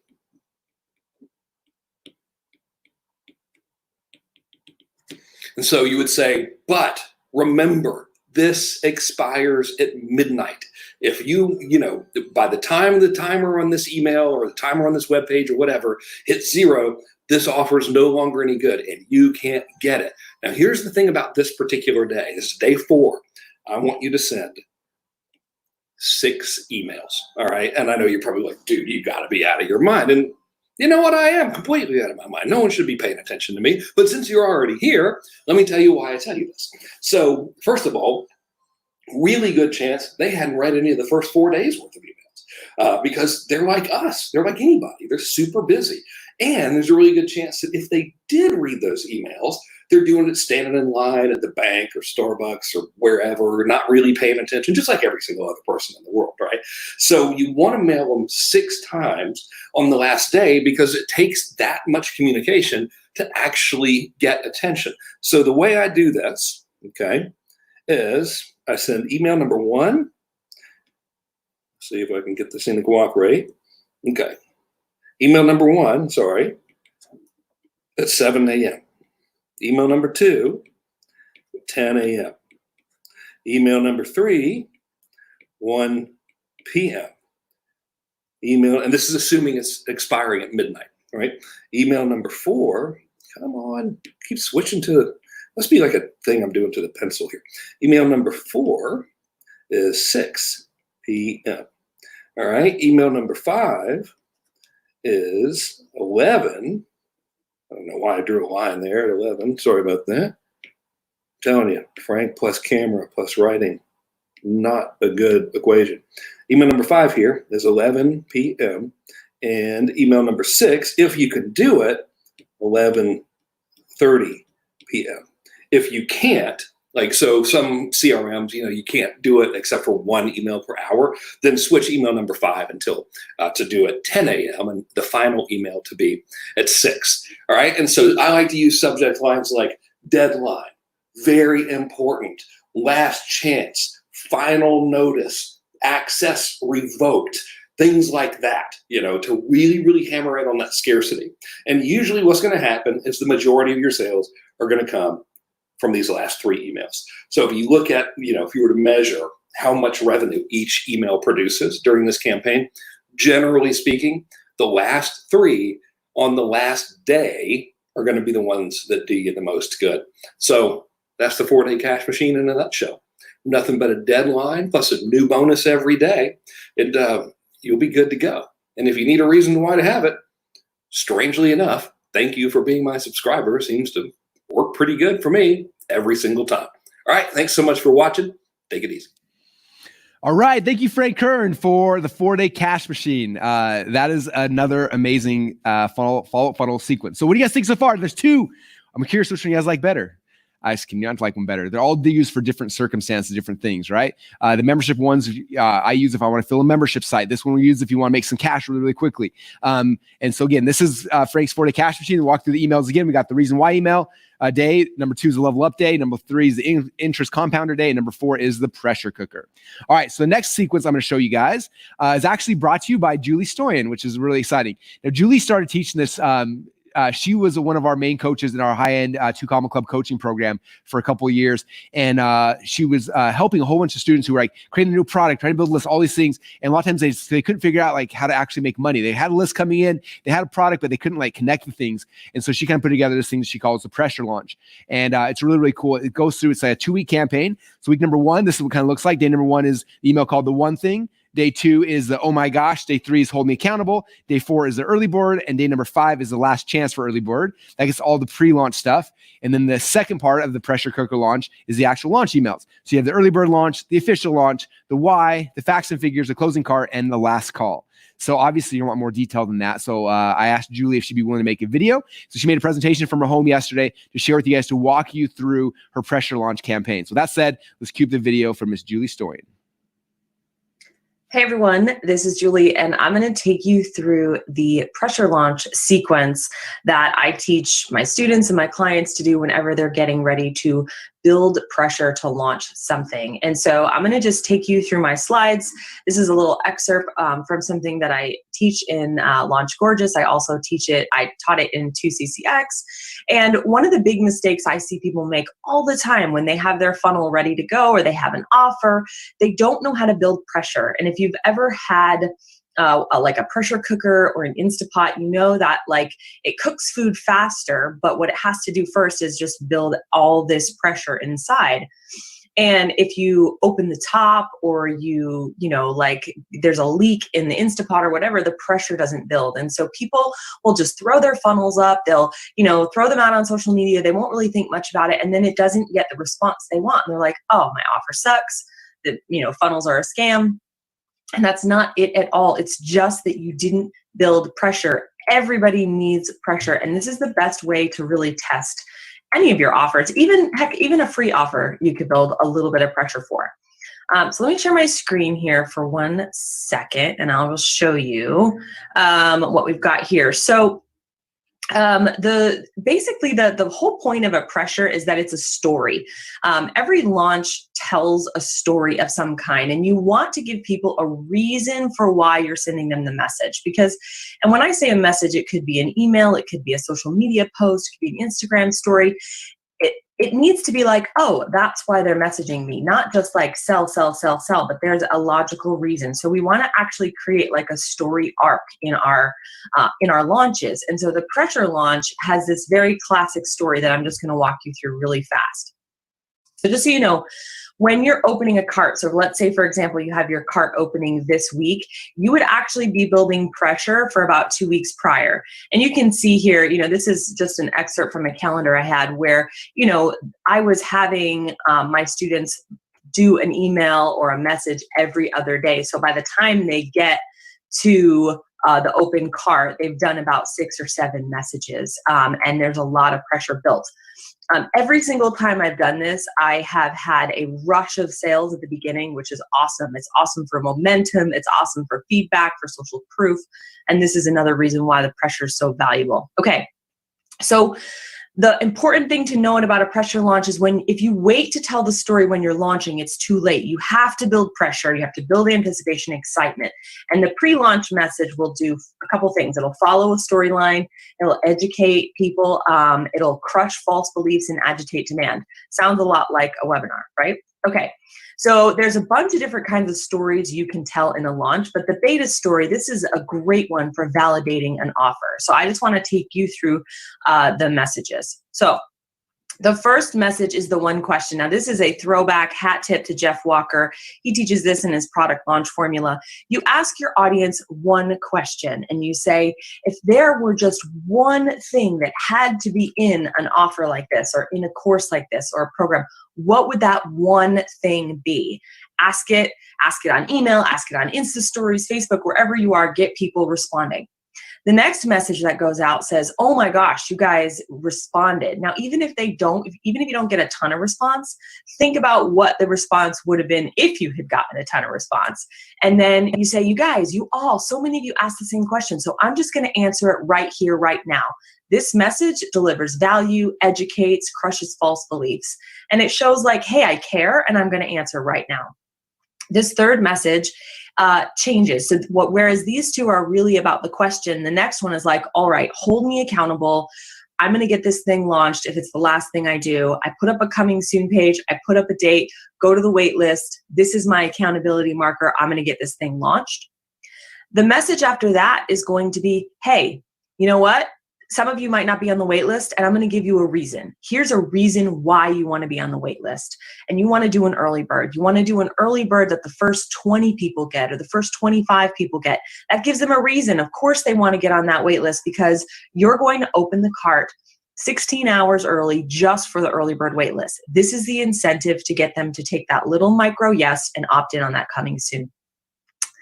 Then the night before you open the cart for the early bird, you're going to just do a quick short email, last call, last chance to get on the early bird wait list. And then the next message is, this message is just for early bird. So this one right here, you actually don't go on social media. You just send an email to the people on the list. You give the first 20 or 25 people something awesome. You get a rush of sales, and then about 16 hours later, your launch officially starts. You'll notice that you've had at least 6 communications with people leading up to that launch opening. And then this is a classic open cart, right? It's a sales email. This is a why it's so important to buy. Go after, the opportunity cost of not taking the offer. Go after social proof. Go after objections. This is going to really focus on the logical buyers, the FAQ, the things that are stopping them from taking that emotional jump. And then the last day, you could add more emails in here. You could add more communications. You could add a webinar. You could add interviews, all that kind of stuff. And then the closing cart will be, the cart closes today. You want to get in. This is where you would use a lot of the trial closes that you see on Expert Secrets for a webinar. And then 3 hours before the cart closes, you end up with a last call. And this is this is it. This is your moment.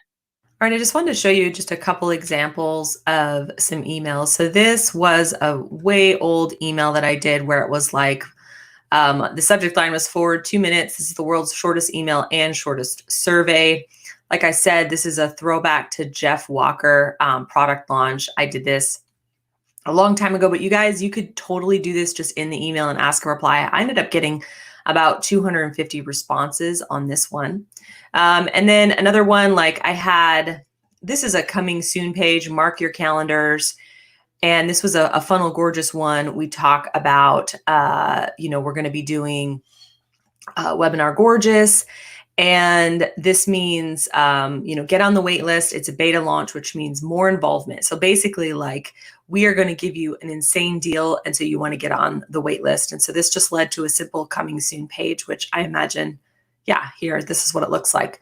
Very, very simple. Nothing too fancy going on there. We also did, so here's the early bird last chance email.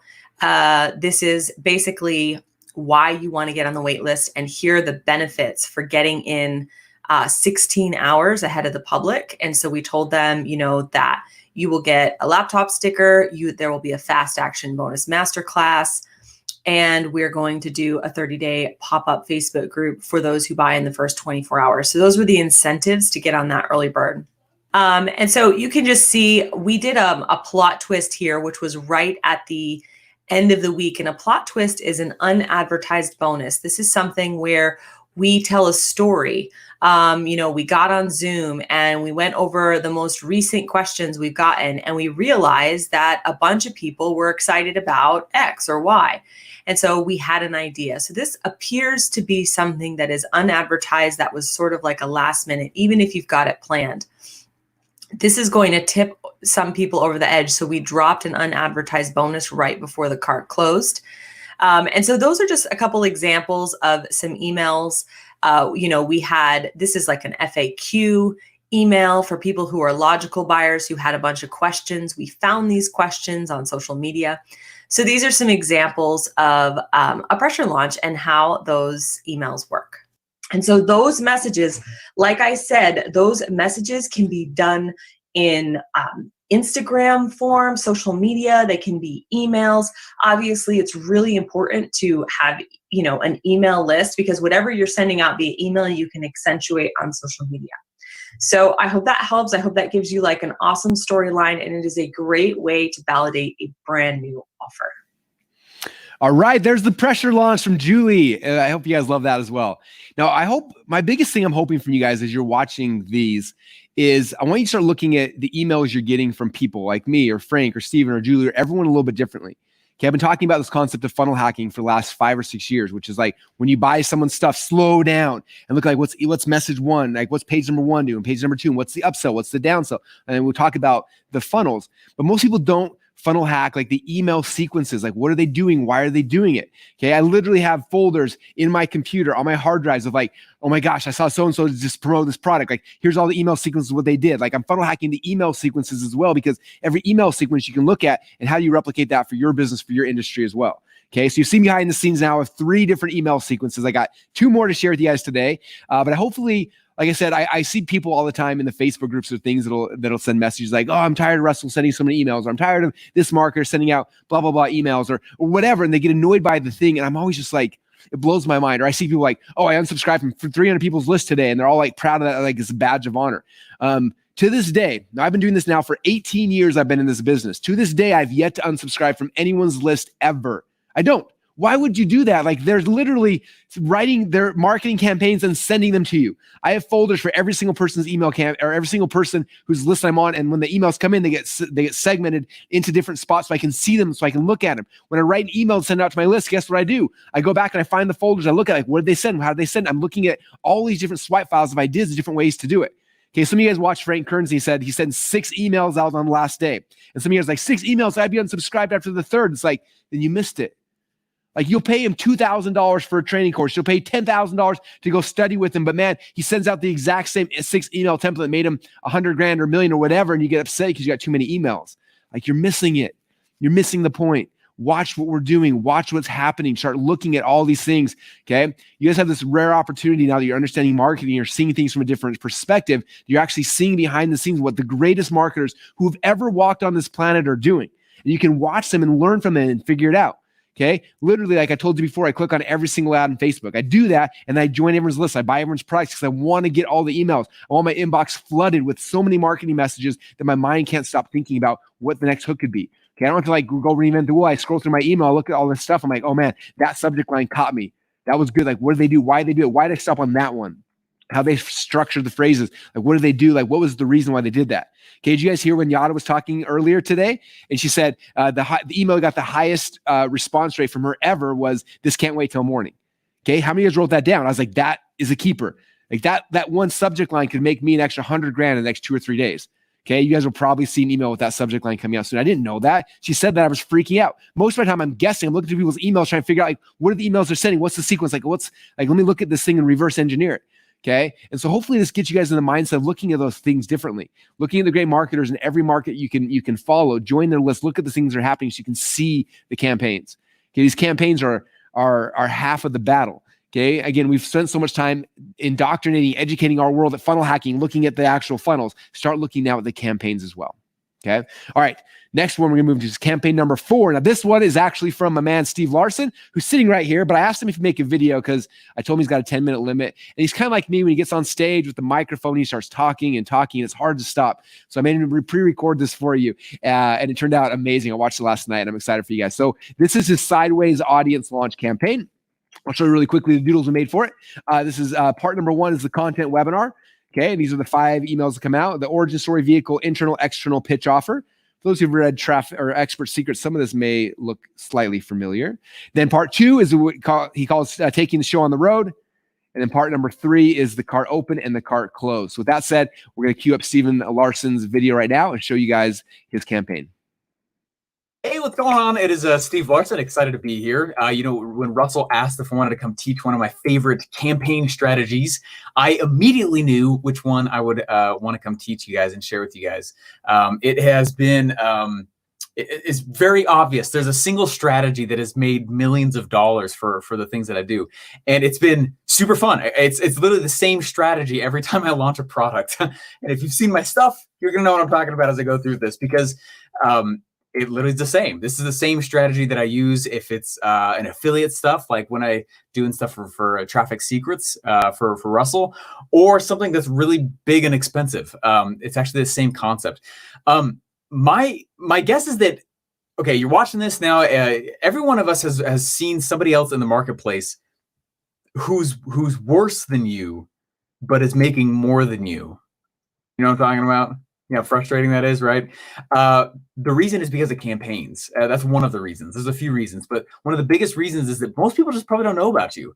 And so this is about the marketers are attention getters, right? We create sales pressure, we create sales noise, we build up pressure towards certain things. And so I want to teach you my strategy for this, and it's going to come in 3 separate steps. So here's step number 1.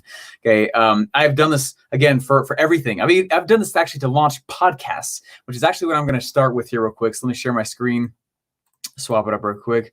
Boom. Okay, there we go.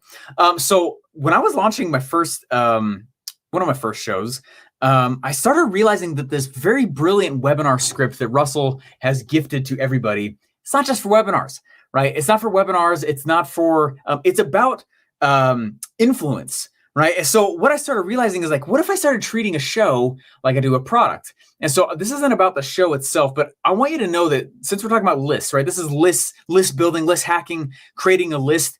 If you have a list, any list, you can do this with any single list. I chose to do it with a show. If you don't have one, if you don't have a podcast, first of all, start one. But if you don't have one and all you have is a list, you still can do this, okay? I've done this without shows. I've done this without podcasting, just to my normal email list, okay? So what I do, this is part 1 right here. The first part right here is I have to go in and I'm going to create a webinar. And it's if I want to go sell this product over here, and let's say that this is the product I'm going to go over here and I'm going to sell and create and put together. Okay, so that's the product. I'm not making the webinar for this product.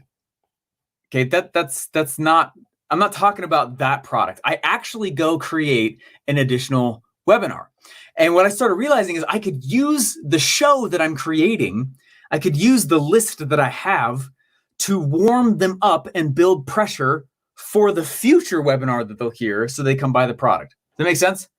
Okay, so I'm not talking about the webinar or sales script or anything like that around the specific product itself.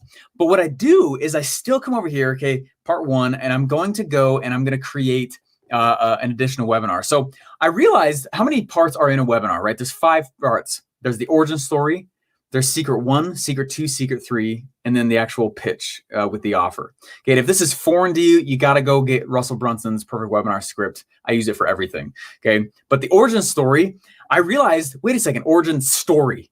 The next one is the story that's vehicle story, then internal story, external story, right? These are specific stories. Like, wait a second, that's what I do on my shows anyways. I tell stories. So what if I went in and I created right here, what if I went and I created, if let's say episode 1, this is going to be my origin story. I'm just going to actually break out, see episode 2, 3, 4, 5. All I'm going to do is I'm going to break out the webinar script, but I'm going to drip it out across multiple episodes or multiple emails or whatever it is you have control and distribution over, okay? So then I created my story for, right, my story number 1, which is a vehicle-based story, right? Same thing, this is story number 2, story number 3. We have the internal, and then external, okay? Then I actually pitch them. Okay, I have some kind of an offer. Okay, so these are episodes. And what I realized I should do here is if I'm doing episode 1, 2, 3, I'm actually influencing them on some future action. That's the power of the webinar scripts, not just for webinars, right? So I was like, wait a second, I'm going to go. So this is how I've launched everything. I do this for everything. And if you watch my stuff and you watch carefully, this is what I'm doing. When I'm designing a campaign to go put something out in the marketplace, this is what I'm doing. Is I go in and I write, okay, I'm going to write this other webinar and I'm going to go create some pressure. So what is the pitch? So the pitch then, this pitch, I go and I put them on a waiting list. Okay, now I'm going into step 2 here. Okay, part 2. As I go and I put them on a waiting list. Okay, so all this, I'm pitching them. Ooh, that looks like crap right there. Okay, but I'm pitching them and I'm putting them over here onto a waiting list. So they're going to opt in for some future thing. Now, the first time I ever did this, I ended up doing, I had like 400 people on a waiting list for something that wasn't launched yet. Okay, and this was a big deal because now I had this list, I had this bucket, you know, as I like to think of it. I had this bucket. There was 400 people waiting for this thing that wasn't, I hadn't even really figured out what it totally was going to be yet. But what it allowed me to do is for all the future episodes, episode 6, 7, 8, 9, I continue to tell people, make sure on the waiting list, make sure on the waiting list. Here's other stories about this thing that's coming up. Here it comes. Oh, did you know that there's this specific, and this is very key, there's a date, there's a time, and there's a location. My writing's looking like crap, I know. Okay, there's a specific date, time, and location coming on up. Oh, episode 10, date, time, and location. Here it comes in 2 months. Here it comes in 1 month. Here it comes in 2 weeks. Oh my gosh, it's coming up, right? And what I started doing was I started building pressure around the fact that this was coming up. But it all started with me dripping a webinar instead of doing it all at once. And that was to combat a lot of the beliefs that were there, okay? Now, here is the other part of part 2 here, okay? So part 1, I'm going to go and I'm going to do a sideways webinar. Part 2, I'm going to go and I'm going to put on a waiting list and continue to tell stories. The second part, though, I really call this the show on the road part. Okay, I'm going to take the show on the road. I went and I got, hopefully it's cool if I say this, every one of you guys should go have interviewyourname.com. Okay. So at the same time, while I'm putting outbound content there and I'm publishing and publishing and publishing and publishing, at the same time, I'm going to go take some of these same stories and I'm going to get myself interviewed on other people's shows and continue to tell the origin story. Does this make sense? So I'm going in and first of all, I'm dripping out a webinar and then I'm taking parts of the webinar that I thought performed the best and I'm going to go get myself interviewed and continue to drop this waiting list URL. So the list gets bigger and bigger and bigger and bigger and bigger. Okay, now this leads me to step number 3. So you've built up a bunch of pressure and people know that there's a date, time, and location. And the fourth part that you need to go tell them is how long the cart will be open. Always close the cart. Okay. So what I go do then is now that there's this waiting list and maybe there's some freebies or some things I'm giving out to them. I'm using the webinar script in multiple platforms. I'm getting interviewed on lots of other shows. Was it Russell mentioned that Tony Robbins did like 240 interviews about his book before it was ever available, right? Talk about building pressure. How much work did you put into your last campaign? Was it just a Facebook ad? Did you just send it on an email? Okay, this is about building pressure and releasing it through a certain keyhole only for a certain amount of time. Okay, so I'm going to go in and now finally I'm going to go and whether it's I'm doing a free plus shipping funnel or an affiliate thing, or it doesn't matter. The real thing that I want to go sell, I'm going to direct that pressure over to that funnel because now the cart is open. And I also have publicly told them over and over and over again on these publishing platforms that the cart will also close. This will double your sales usually. Okay. Does that make sense? And so what I'm doing is I'm building these stories. Now it's time to feed the machine even more. As people start coming on through and as they start buying this product, they're buying it, they're buying it, they're buying it. I'm going to take and harvest testimonials. Where am I going to put them? Right back into my content machine. Okay, this makes sense. This creates somewhat of a loop that I'm able to go and content is being created, half of it by the marketplace itself. They're selling themselves on this. Now, this is a strategy I use for a lot of stuff. Again, whether it's an episode or whether it's an email sequence, the concept, again, just to recap with you, part 1, I'm going to go in and I call it the content webinar. Okay, so content webinar. Oops. Here we go, content webinar. Okay, and then number 2, I'm going to go and take the show on the road. That's what I call it. Okay. And then finally here, I'm going to go do my cart open and close, which I already titled. And those three things in that order, in conjunction with each other, way better than doing each individually, but you could. But what you end up doing is you end up creating pressure. Okay. We're no longer in the information age, my friends. We are in the age of attention, where the loudest, not the best, is likely to get paid the most. Make sure you guys are making appropriate sales noise. Bye. All right. Thank you, Stephen Larson, for that. Let's give him a round of applause. All right. You guys enjoying this so far? I hope you are having a ton of fun. So I've got 2 more campaigns I'm going to show you guys, which are really fun. So one is going to be a little shorter and one will be a little bit longer. But I hope you guys are okay with that. Next one is called the Comeback Campaign. And this is from Digital Marketer. On Digital Marketer, they put out a course a couple of years ago that I went crazy for. It was a $2,000 course. It was called The Machine.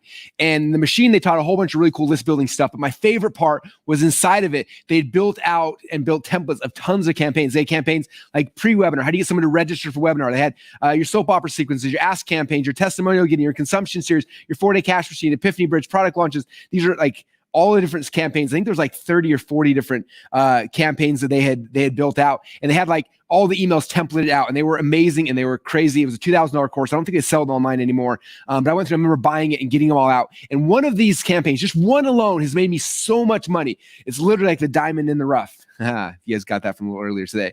But it was this one right here, and it's called the Comeback Follow-Up Funnel. And it's such a simple one. But any of you guys who have who are doing free plus shipping offers inside of ClickFunnels, where someone signs up for a product, for example, let's say you had the good pleasure recently of going to trafficsecrets.com, and you're like, I want to get Russell's book, and you went there, right? And you start the process. You go there, and you fill out step number 1 in the order form, right? Put your name, your shipping address, your email, and you click step number 2, and it takes you to the credit card form. Now, what happens is about half the people who fill out step 1 don't ever fill out step 2 for some reason. Okay. Maybe they didn't realize it was going to cost them money. Maybe they freaked out. Maybe their kid called, their spouse called, like, the toilet flooding, the house, the doorbell just rang. Like something happened and they didn't finish out the second half of the form. It's actually more than half people. We call it cart abandonment. And for a long time, like, I was like, oh, that sucks. I lost all those people, right? I don't know what to do. And then when I got the machine from these guys, I pulled out just this one little thing called the Comeback Follow-Up Funnel. And basically it was 3 emails. Okay. And this is for emails who filled out step number 1 in the order form, but they didn't finish the process. And basically it's 3 emails. Okay. The first email is basically you blame it on yourself. This is the I'm so sorry email. First email comes out, hey, I'm so sorry. I saw you started signing for the order form. For some reason you didn't finish. I don't know if it was a problem on my side, if our cart went down, if the internet had a hiccup or something, but for some reason we didn't get step 2, which means I can't ship you the product you just ordered. I feel so bad. I want to make sure you get the product because obviously you started signing up, but for some reason you left. If you can come back, I'd love to help you finish this order. So that's the number 1 email saying, I'm so sorry, blaming it on yourself and asking them to come back and finish the order. Okay. Now day number 2, the messaging shifts from I'm so sorry to your account is on hold. And these are literally the subject lines, by the way. Okay. So the subject line email 2 is your account is on hold. So that's basically saying, hey, you started creating an account yesterday. You started buying the book. And right now we have an open account for you, but you hadn't finished it. And so your account's on hold. If you can come back and finish filling out information, then we can ship you out the product you just ordered. But right now it's kind of on hold. I want to make sure we don't have to delete your account. So if you can come and finish the order, that'd be amazing. That one works so good. Okay. And then day number 3, for people who still haven't done it, the subject line is I'm deleting your account. And I promise you that gets people to open your emails like, wait, the account's getting deleted. Why? So they open the account, they see the account's getting deleted. And basically the last email is like, hey, 2 days ago, you started an order. You put in your name, your shipping address, but you didn't finish putting in your billing. And if I don't hear back from you today, I have to delete this account. I have to delete this record from my accounts. I want to make sure you finish this. So this is kind of it. When this is your last day, and basically you lose a chance to get this opportunity, this offer, and that's day number 3. So those 3 emails literally went to, I don't have the exact stats, but it was like more than doubling how many people finished the order form. Okay, 3 emails, just one little campaign that I got inside of the machine from Digital Marketer. Okay, you see how powerful like that? Take that times. How many 8 different free plus shipping funnels I have times hundreds of thousands of people have gone through those things like that. Those 3 little emails, those tiny little emails, like that one campaign right there has made me, I would say conservatively, at least $1 million. Okay. And that's what I want you guys to understand. Like these campaigns, start watching, look what happens when you buy something from someone, when you don't buy something, what are the emails that come out? Like that's the value you can get from these things. Okay. I got one more campaign to share with you guys. You want to hear this one? This one comes from Brendon Burchard. He spoke at Funnel Hacking Live 2 years ago and shared this whole thing. He talked about it for over an hour, and I don't have an hour to go through it, but I'm going to kind of break it down in a short period, but it's called the 7-day live launch. And some parts of this may seem familiar to you, and so I'll kind of go through this. But the concept behind a 7-day live launch is basically you're inviting your list to watch you film a course live.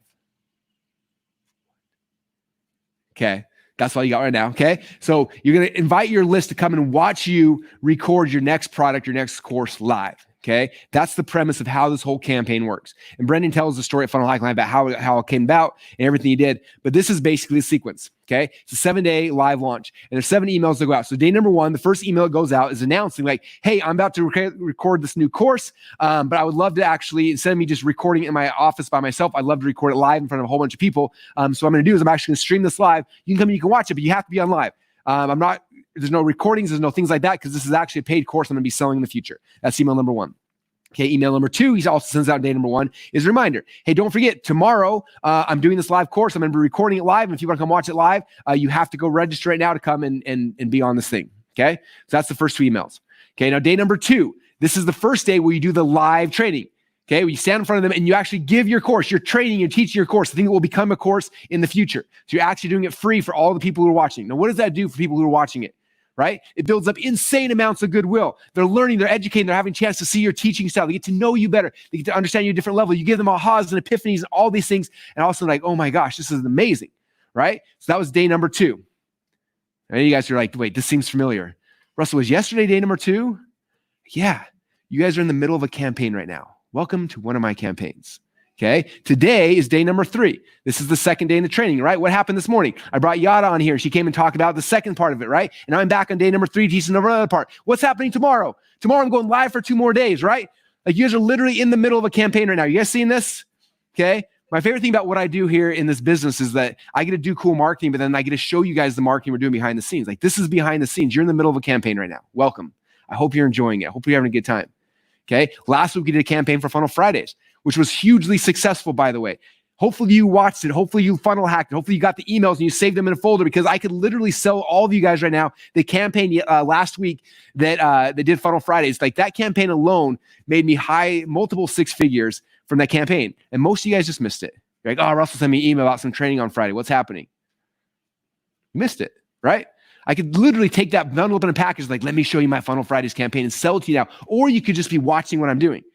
Okay. So this week you're inside of a 7-day live launch funnel. Are you enjoying it so far? You having a good time in the process? How much have you learned? How much more connection do we have as an audience and a teacher, right? I've had a chance to teach and share so many cool things with you guys, and hopefully you're getting a ton of ahas and like having the moments, right? But you're only in day 3. So let me tell you what's going to be happening over the rest of the week. Okay. At the end of day 3 is where you make a soft launch for the thing that you're going to be selling on day 4, 5, 6, and 7. Okay. So at the end of today, I'm going to be making a soft offer for you to explain what this amazing offer is moving forward. Okay, so just prepare for it. It's going to be happening. I hope you're excited for it. Okay, you're funnel hackers, you're marketers. You should be taking notes on every single thing that's happening. Okay, by the end of day 3, here in a little bit, I'll be making a soft offer. Okay, day number 4, I'm coming back and I'm going to serve my face off again for 2 more sessions all day tomorrow. And I'm going to share a bunch of cool things. I'm going to be sharing tomorrow. I'm going to be showing you guys behind the scenes of our ads campaigns, how the hooks we're using to get people to come into our list. I'm also going to be showing you guys a Dream 100 strategy, very specific to list builders and list building, which will blow your mind as well. Okay. And then day 4, I'll make another offer. And then day number 5 is the bundle offer. Okay. And the way that works is basically in the bundle offer is you take the course of recording live, like this one today, right? The list building secrets course right here. You take this course and you give people the chance to get this course for free when they buy something else. Okay. And that'll be happening. And then there's a campaign where there's a 48-hour notice, it ends today, and a last call. So there's Brendon's 7-day live launch campaign. Right now, we are here today on day number 3 of the 7 days. And I hope you're paying attention. I hope you're watching. I hope you're learning as you're seeing this whole process, as you are now in the middle of this campaign. Do you guys feel like the movie Inception, where it's like a dream inside of a dream? Okay. That's what's happening. You're in the middle of it right now.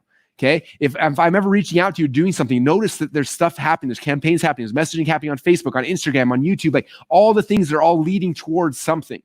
Okay. As much as I love to just do this for my health, we've got bills to pay. We got people we're serving, right? And so we're here doing that for you guys as well. So you understand that. Okay. So that is Brendon Burchard's 7-day live launch funnel. So we just shared with you guys not 5. Was it 6? I think it ended up being 6. 6 different campaigns. Now, obviously, we could do a 3-day event just on campaigns. In fact, Stephen Larson was telling me that he's got a plan to write a book or put a course together because he's been mapping out, he's been funnel hacking everyone's campaigns, has list after list after list of all the different campaigns. Like, I hope he does that product because it'd be amazing. Okay, but I gave you guys 6 to kind of get the wheels in your head spinning, start looking around, start noticing this world you're in. Okay, you're a marketer now. You start paying attention to the marketing that's happening, paying attention to the campaigns that everyone's putting you through. Okay, what is Disney Plus putting you through? Like, they've got amazing campaigns. What's Netflix? What's Marvel doing? Right? What are all these different companies doing? What are the internet marketers? What are the weight loss people? What are the food companies? Like, start watching and paying attention and noticing. And as you do that, you'll be able to start figuring out ideas for different campaigns you can create to your list as well. Okay. Now, the goal of any campaign, I hear Frank Kern talk about this all the time, is you want to increase the goodwill, right? The thing I love about 7-day live launch funnel is you guys are getting 3 days of training, 6 sessions with me. Like, how much does that increase the goodwill? How many of you guys actually like me a little bit more now? Some of you guys are probably like, oh, that Russell guy's annoying. He talks too fast, like blah, blah, blah. He always talks about funnels and this and that, but I'm going to come on this training just to prove I don't like him. Now we're two days in. You're like, oh, I got 3 or 4 ahas. I got this idea. I got this thing. And all of a sudden you're like, oh, maybe I like him. Maybe we build some connection there, right? Like, you give goodwill to the marketplace, the market's more likely to do what you ask them to do in the future. Okay, it's what Giada talked about. Like, you're investing in your piggy bank, you're investing in your piggy bank. So that way, in the future, when you give someone an opportunity, they're willing to purchase with you. Okay, it's funny. Dan Henry, some of you guys know Dan. He spoke last Funnel Hacking Live. He struggled in his business for a long time, and then he bought the .com Secrets book. He read it, and he's like, oh, it makes sense. And then he launched it. And he was one of the I don't remember how fast. It was like 4 or 5 months. He went from startup to 2 Comma Club winners, one of the fastest ones. And I remember after he had 2 Comma Club, he called me and he wired me $25,000 to join my inner circle, which he never once actually came to this inner circle room, never once. And he's like, I just felt like I owed you that much. I got a book for free plus shipping, and he made me a millionaire. He's like, I felt like I owed you that money. Right? The law of reciprocity. That's what happens when you serve like this. When your campaigns are built not just to sell, but to serve in the process, then people feel like obligated. Like, how many of you guys right now, I guarantee there's people who are listening to this right now who could take this whole list building course so far, what you've learned for free, with no money at all, right? Just going through this process because you dedicated some time and some energy. Now you understand this is why I need list building. This is how a lead magnet works, how I get people in. Here's the email sequences I need. You can take everything you've got so far in the last 2 days. I mean, even if we don't even talk about tomorrow, and you can go and you can launch a business and make yourself insane amounts of money. But then you're gonna be like, man, that Russell guy, he was awesome. He helped me out so much. Like, I want to come back. So when you create these campaigns, they increase the goodwill, and then your marketplace likes you, they trust you, they follow you, and they're more likely to buy the next thing that you've got. That's the magic of what we do. Okay. All right. So with that said, this is the end officially of module number 2. But as you guys know from the 7-day live launch, I'm making a really soft offer right now for a very special offer I want to make to you guys. Okay, a lot of you guys who've been watching this behind the scenes have been paying attention to me like, man, this is awesome. Like, I missed session 1 though yesterday, or Russell talks too fast. I want the recordings, I want the PDFs, I want more stuff. Like, how do I actually implement this? I understand the whole strategy of how this whole thing works because someone walked me through the tactics day by day by day to help me actually implement that. How many of you guys feel a little bit like that? Like, you get it, you understand the strategy, but man, I'm a little overwhelmed. I'd love to have some help implementing the tactics. Okay, if that's you, I'm going to walk you guys through something really special we put together, okay, to help you guys to help implement this. So this is how it works. So my question first off for everyone who's watching right now, how many of you guys want the full access to this entire list building course? Yesterday's stuff, today's stuff, tomorrow's stuff, like the actual done, edited videos, cleaned up. In fact, I messed up part of my thing yesterday. And when we get done here, I'm putting my other shirt back on. I'm going to record a piece that I messed up on yesterday. I want to make sure that everyone has. So you can get the entire unedited, or not edited, the entire edited version of the course, plus like all the other pieces with that. How many of you guys would love to have that so you can go back and you can reference this over and over and over again? Cool. Well, if you guys want that, we got something really cool because there's actually a way you can get this entire thing for free. You guys ready for this? All right, here we go. So I'm really excited to do this whole training for a lot of reasons. But one of the reasons I'm so excited is because, as you may or may not have heard, ClickFunnels has officially entered into the streaming wars, okay? We've got Netflix, we got Disney Plus, we got all these companies that we wanted to compete because all this stuff is just like eating your brain away. I wanted to give you guys something that actually helps. So we created something a couple months ago called FunnelFlix, okay? And the FunnelFlix is built for people like me and you, for entrepreneurs, for people who are trying to create businesses, small business owners, things like that, who want to grow and scale a company. That's what FunnelFlix is for, okay? Now, instead of during this quarantine time, so many people have been sitting here and people always talk about, like, I just get home and watch Netflix and chill all day. And so instead of Netflix and chilling, what I want all of you guys doing is FunnelFlix and building. Now, at Funnel Hacking Live, when we first launched FunnelFlix, somebody asked me if I knew what Netflix and chill was, and I didn't actually know what it meant until I was doing the slides. I thought it meant this. I figured and I Googled it and I found out that's not what it means. But I already had t-shirts printed that said funnel fix and build, so we're sticking with it. So instead of doing that, we're going to funnel fix and build, which is way more fun, way more satisfying, and lasts a lot longer. All right. So inside of Funnel Fix, we have the best courses on funnel building, on copywriting, on traffic, on personal development, business development, personal development, and a whole bunch more. Now, I'm not going to walk into everything inside of Funnel Fix. These guys are dying here. I'm not going to walk into every side of Funnel Fix because it's like walking to the library. I told you that before. There's a million things. There's so much trading here. And so I'm not going to talk about that. I just want to talk about the diamond in the rough, the thing that I want you guys focusing on right now. The thing that's going to be most important for you, okay? So what we did is we created this entire list building secrets to go inside of Funnel Fix. That was the plan. That was the purpose, to have this part inside of Funnel Fix, okay? We're always creating new content for Funnel Fix members to help get them to get better and better at growing their funnels. Like, that's what it all comes down to, right?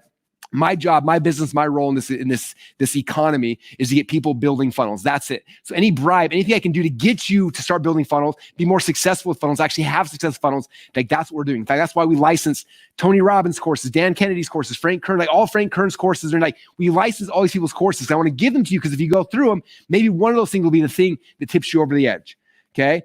Now, the cool thing about we spent a small fortune on Funnel Fix, but you actually get Funnel Fix for free. Do you guys know that? For anyone inside of ClickFunnels, who's a ClickFunnels Platinum member and above, you get Funnel Fix for free.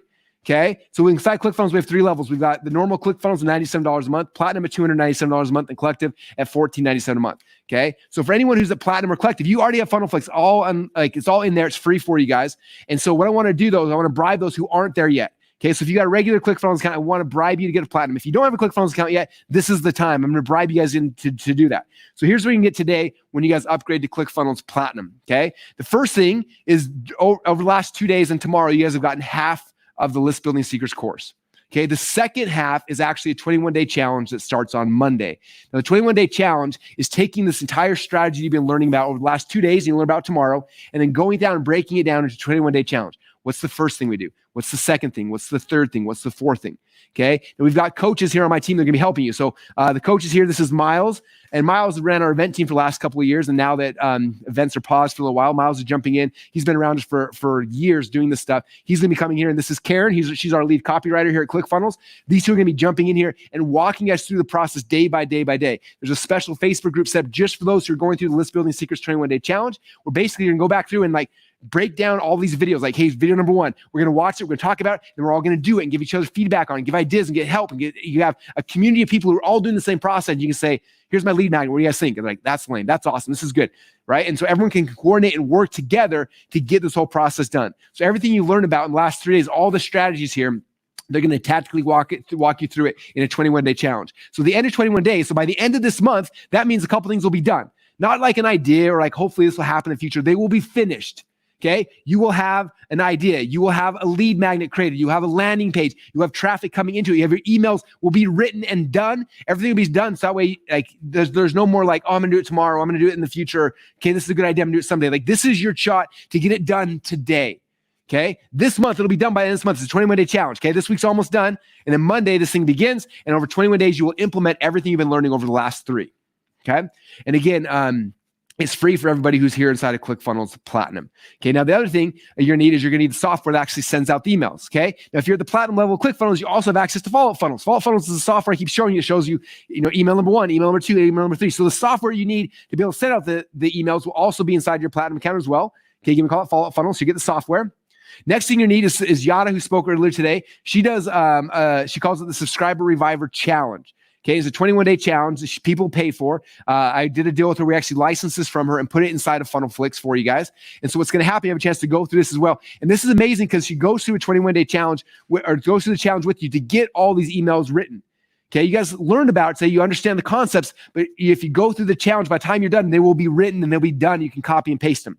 Okay. The other cool thing is that for those of you guys who are in Yada Subscriber Reviver Challenge that you're going to get free today as well, inside of there, she has a team of writers who, if you want help, if you're like, this is awesome, I need someone to write me a lead magnet. I don't want to go figure out how to write, and you can pay them. They'll actually take and write your lead magnet. Okay. If you're like, I want someone just to write my emails for you, you can hire her and her team. They'll get on the call with you. You tell them your story, and then they'll write the emails for you and give them back to you. Okay. This is not for everyone. This is not part of it. It's a separate thing. It's Yada's company, but I set up the deal with her where we license this from her. And that way, if any of you guys are interested in having her writers write the stuff for you, that's available just to people who are inside Subscriber Reviver as well. So that's kind of a really cool bonus that for those of you guys who are just like, I just want this done, I want to pay someone to get it done, that's an easy way to do it as well.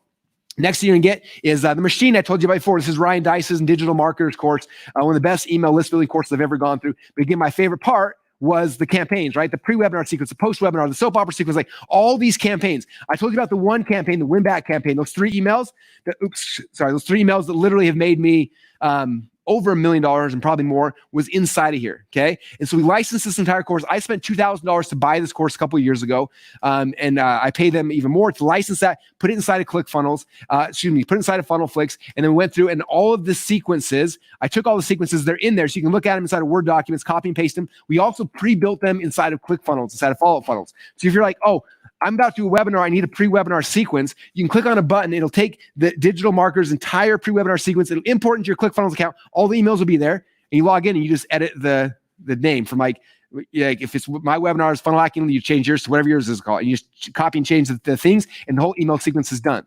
Okay. I think I don't remember exact numbers, like 30 or 40 different sequences for almost everything you can dream about. How do you get someone on the webinar? How do you get them? What do you send them after the webinar? What if someone buys a book from you? What do you send them if they leave the cart early? What do you send them after to send them the next funnel? What do you do if you have a new product launch? Like, it is insane how many of these they have, how much detail. And right now you guys get this all for free. Again, I paid $2,000 for this course myself. And you guys get it for free. You get all the training, you get all the templates. And again, we already pre-built all these templates inside of ClickFunnels. You click on a single button and the entire thing will import into your ClickFunnels account, and you can go edit it and you have it. Is it okay if I hashtag over? Okay. All right. Here we go. So here's a recap what you're going to get. You're going to get the List Building Secrets 21-day challenge. What? Next thing you're going to get is the follow-up funnel software, which is awesome. And my spacing's already messed up on these slides. I apologize. Next, you're going to get the Subscribe Reviver challenge. That is way too cool. Then you get the machine plus all the campaigns. Whoa, that's amazing. You get all the FunnelFlix. I'm not even going to talk about that because it's insane as well. All of this total value of just letting us hashtag over deliver. And again, FunnelFlix and all this stuff is free when you are at the ClickFunnels Platinum level. So what that means to you is you got to say, do I want to go to ClickFunnels Platinum level? If so, then you've got something really fun happening. It means Monday, you're jumping into a 21-day challenge with us, with Miles, with Karen, and they're going to take you through this process of implementing everything that you've learned about. So it's not just theory. It's like, it's done.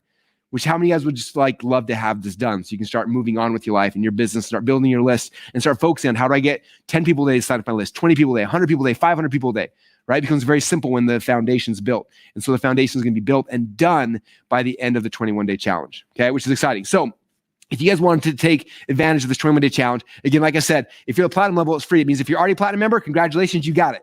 Okay, when you log into FunnelFlix, there's a new card right now. It says, hopefully, cross my finger, that says List Building Secrets 21-day challenge. You can go in there right now. You can join the Facebook group, and all the recordings of these videos will be put in there next couple of days. And then all the live 21-day challenge training will be in there, popping in there and populating as well, which is exciting. So if you're already platinum or collective member, it's there for you. Congratulations. It's free. We love you guys. We'll keep over-delivering as much as we can. For those of you guys who don't have a ClickFunnels account yet or $97 monthly level, this is my chance to get you to ascend up, to join us at ClickFunnels Platinum, because there's so much amazing stuff happening here. I want to make sure you are here. I want to make sure you do not miss this challenge. But more importantly, I don't want you to stress about it. We're going to give you a really cool opportunity. You can get all this and more just for saying maybe. Maybe I want to try this out. Should I do it? Maybe. If you're willing to say maybe today, it means you can jump in here and get started. So if you want to say maybe today, what we did is we created what we call a 7-day sneak peek. Okay, and all you got to do is go to platinumsneakpeek.com. You go there. And if you have a ClickFunnels account already, you'll go there, you'll click on a button, and what will happen is they'll give you a sneak peek. Basically, what's going to do is it's going to give you 7 days platinum access, which means it'll unlock everything. It'll unlock all the FunnelFlix. It'll unlock the 21-day challenge. Unlocks everything. For 7 days, you can go in there and start going through the challenge, start watching the training, start just geek out and have some fun over the next 7 days. This whole weekend, you can go in there, have some fun. It's a 7-day sneak peek. And then in 7 days, if you're like, this is amazing, I would never give this stuff for any amount of money, then don't do anything, and you'll be at the platinum level, and you'll start getting rebuilt at the platinum level. If for some reason you're like, this doesn't make sense for me, I'm not ready for it, the 21-day challenge, I'm not ready for a challenge yet, or whatever, you can log in your account and click on the downgrade button. You don't talk to anyone. Click downgrade you back to where you're at, and no harm, no foul. Okay? But this gives you a chance to sneak peek and jump in and start live trading with everybody and just see if it's going to be good for you. Okay? We have a philosophy here at ClickFunnels that if we can't make you money, we don't deserve yours. And so I just want you to just try it and find out if it's worth it for you. Okay? So all you got to do is go to platinumsneakpeek.com to go check it out. Again, the live 21-day challenge starts this Monday. It's the list building challenge. So you guys are understanding all this strategy, and they're going to go through the tactics in a 21-day process to get this thing done. So by the time it's done, you've got a lead magnet, you've got a landing page, you got a funnel, you got the emails built out, everything's done. And now you've got something to start working on. Okay, that's the game plan to get it done. Okay, here's a recap we're going to get again. List Building Secrets 21-day challenge, follow up funnel software, subscribe reviver challenge, the machine plus all campaigns, all of Funnel Flick's total value of hashtag over deliver. So much I can't even like put it into a slide. And all you got to do right now is just say, maybe I'm going to try that out. And by doing that, all you got to do is go to platinumsneakpeek.com. When you go there, you can go upgrade your account to the platinum level, sneak peek it for 7 days, check it out, look behind the scenes, test it out. It's like going to the car dealership. You're like, just take the car for 7 days. Let me know if you like it. If you like it, keep it. If not, bring it back and we'll take it back. Okay, that's what this is like. This is your sneak peek to go play it with it. Check it out. I highly recommend you guys doing that, especially if you got a family or kids and you're locked in your house right now. Turn off Netflix. Quit chilling with whoever you're chilling with and start building some funnels. Let's get to work and have some fun. That's the game plan, you guys. Again, appreciate you guys hanging out today. The game plan right now is tomorrow. We'll be coming back at the same bat time, same bat channel. We'll be getting started at noon Eastern time. And I got 2 more sessions tomorrow. Tomorrow, I'm going to open up our ads campaigns and show you guys behind the scenes of our ads. What are the things we're using to hook people and bring them into our funnels? Okay, because like having a funnel is awesome, but if you're not having the hooks that are grabbing people and bringing them in, you're missing out on something. And I'm going to show you guys in the second session our Dream 100 list building campaign, which I think is going to be really cool. I think you're going to love it. It's going to help give you the ability to scale and grow your list quickly. So it's not like slow, like I'm getting 10 people a day. Like how do you get 1,000 people a day? How do you get 10,000 people a month? That's what second session is going to be about. How do we really ramp this up quickly? So we've talked about the first part yesterday, right? Which is all about understanding the concepts behind it, getting your lead magnet, getting your funnel built out. Today's been all about the email sequences. Tomorrow's going to be about filling your funnel with traffic and leads and people. And it's going to be a lot of fun. So I appreciate you guys hanging out with us today. If you've enjoyed this, again, please comment down below. Let me know. And if you're ready to start your sneak peek, just go to platinumsneakpeek.com, go check it out and say maybe and get prepared for the 21-day challenge. It's going to be a ton of fun. With that said, thank you guys so much. And I will see you guys all tomorrow.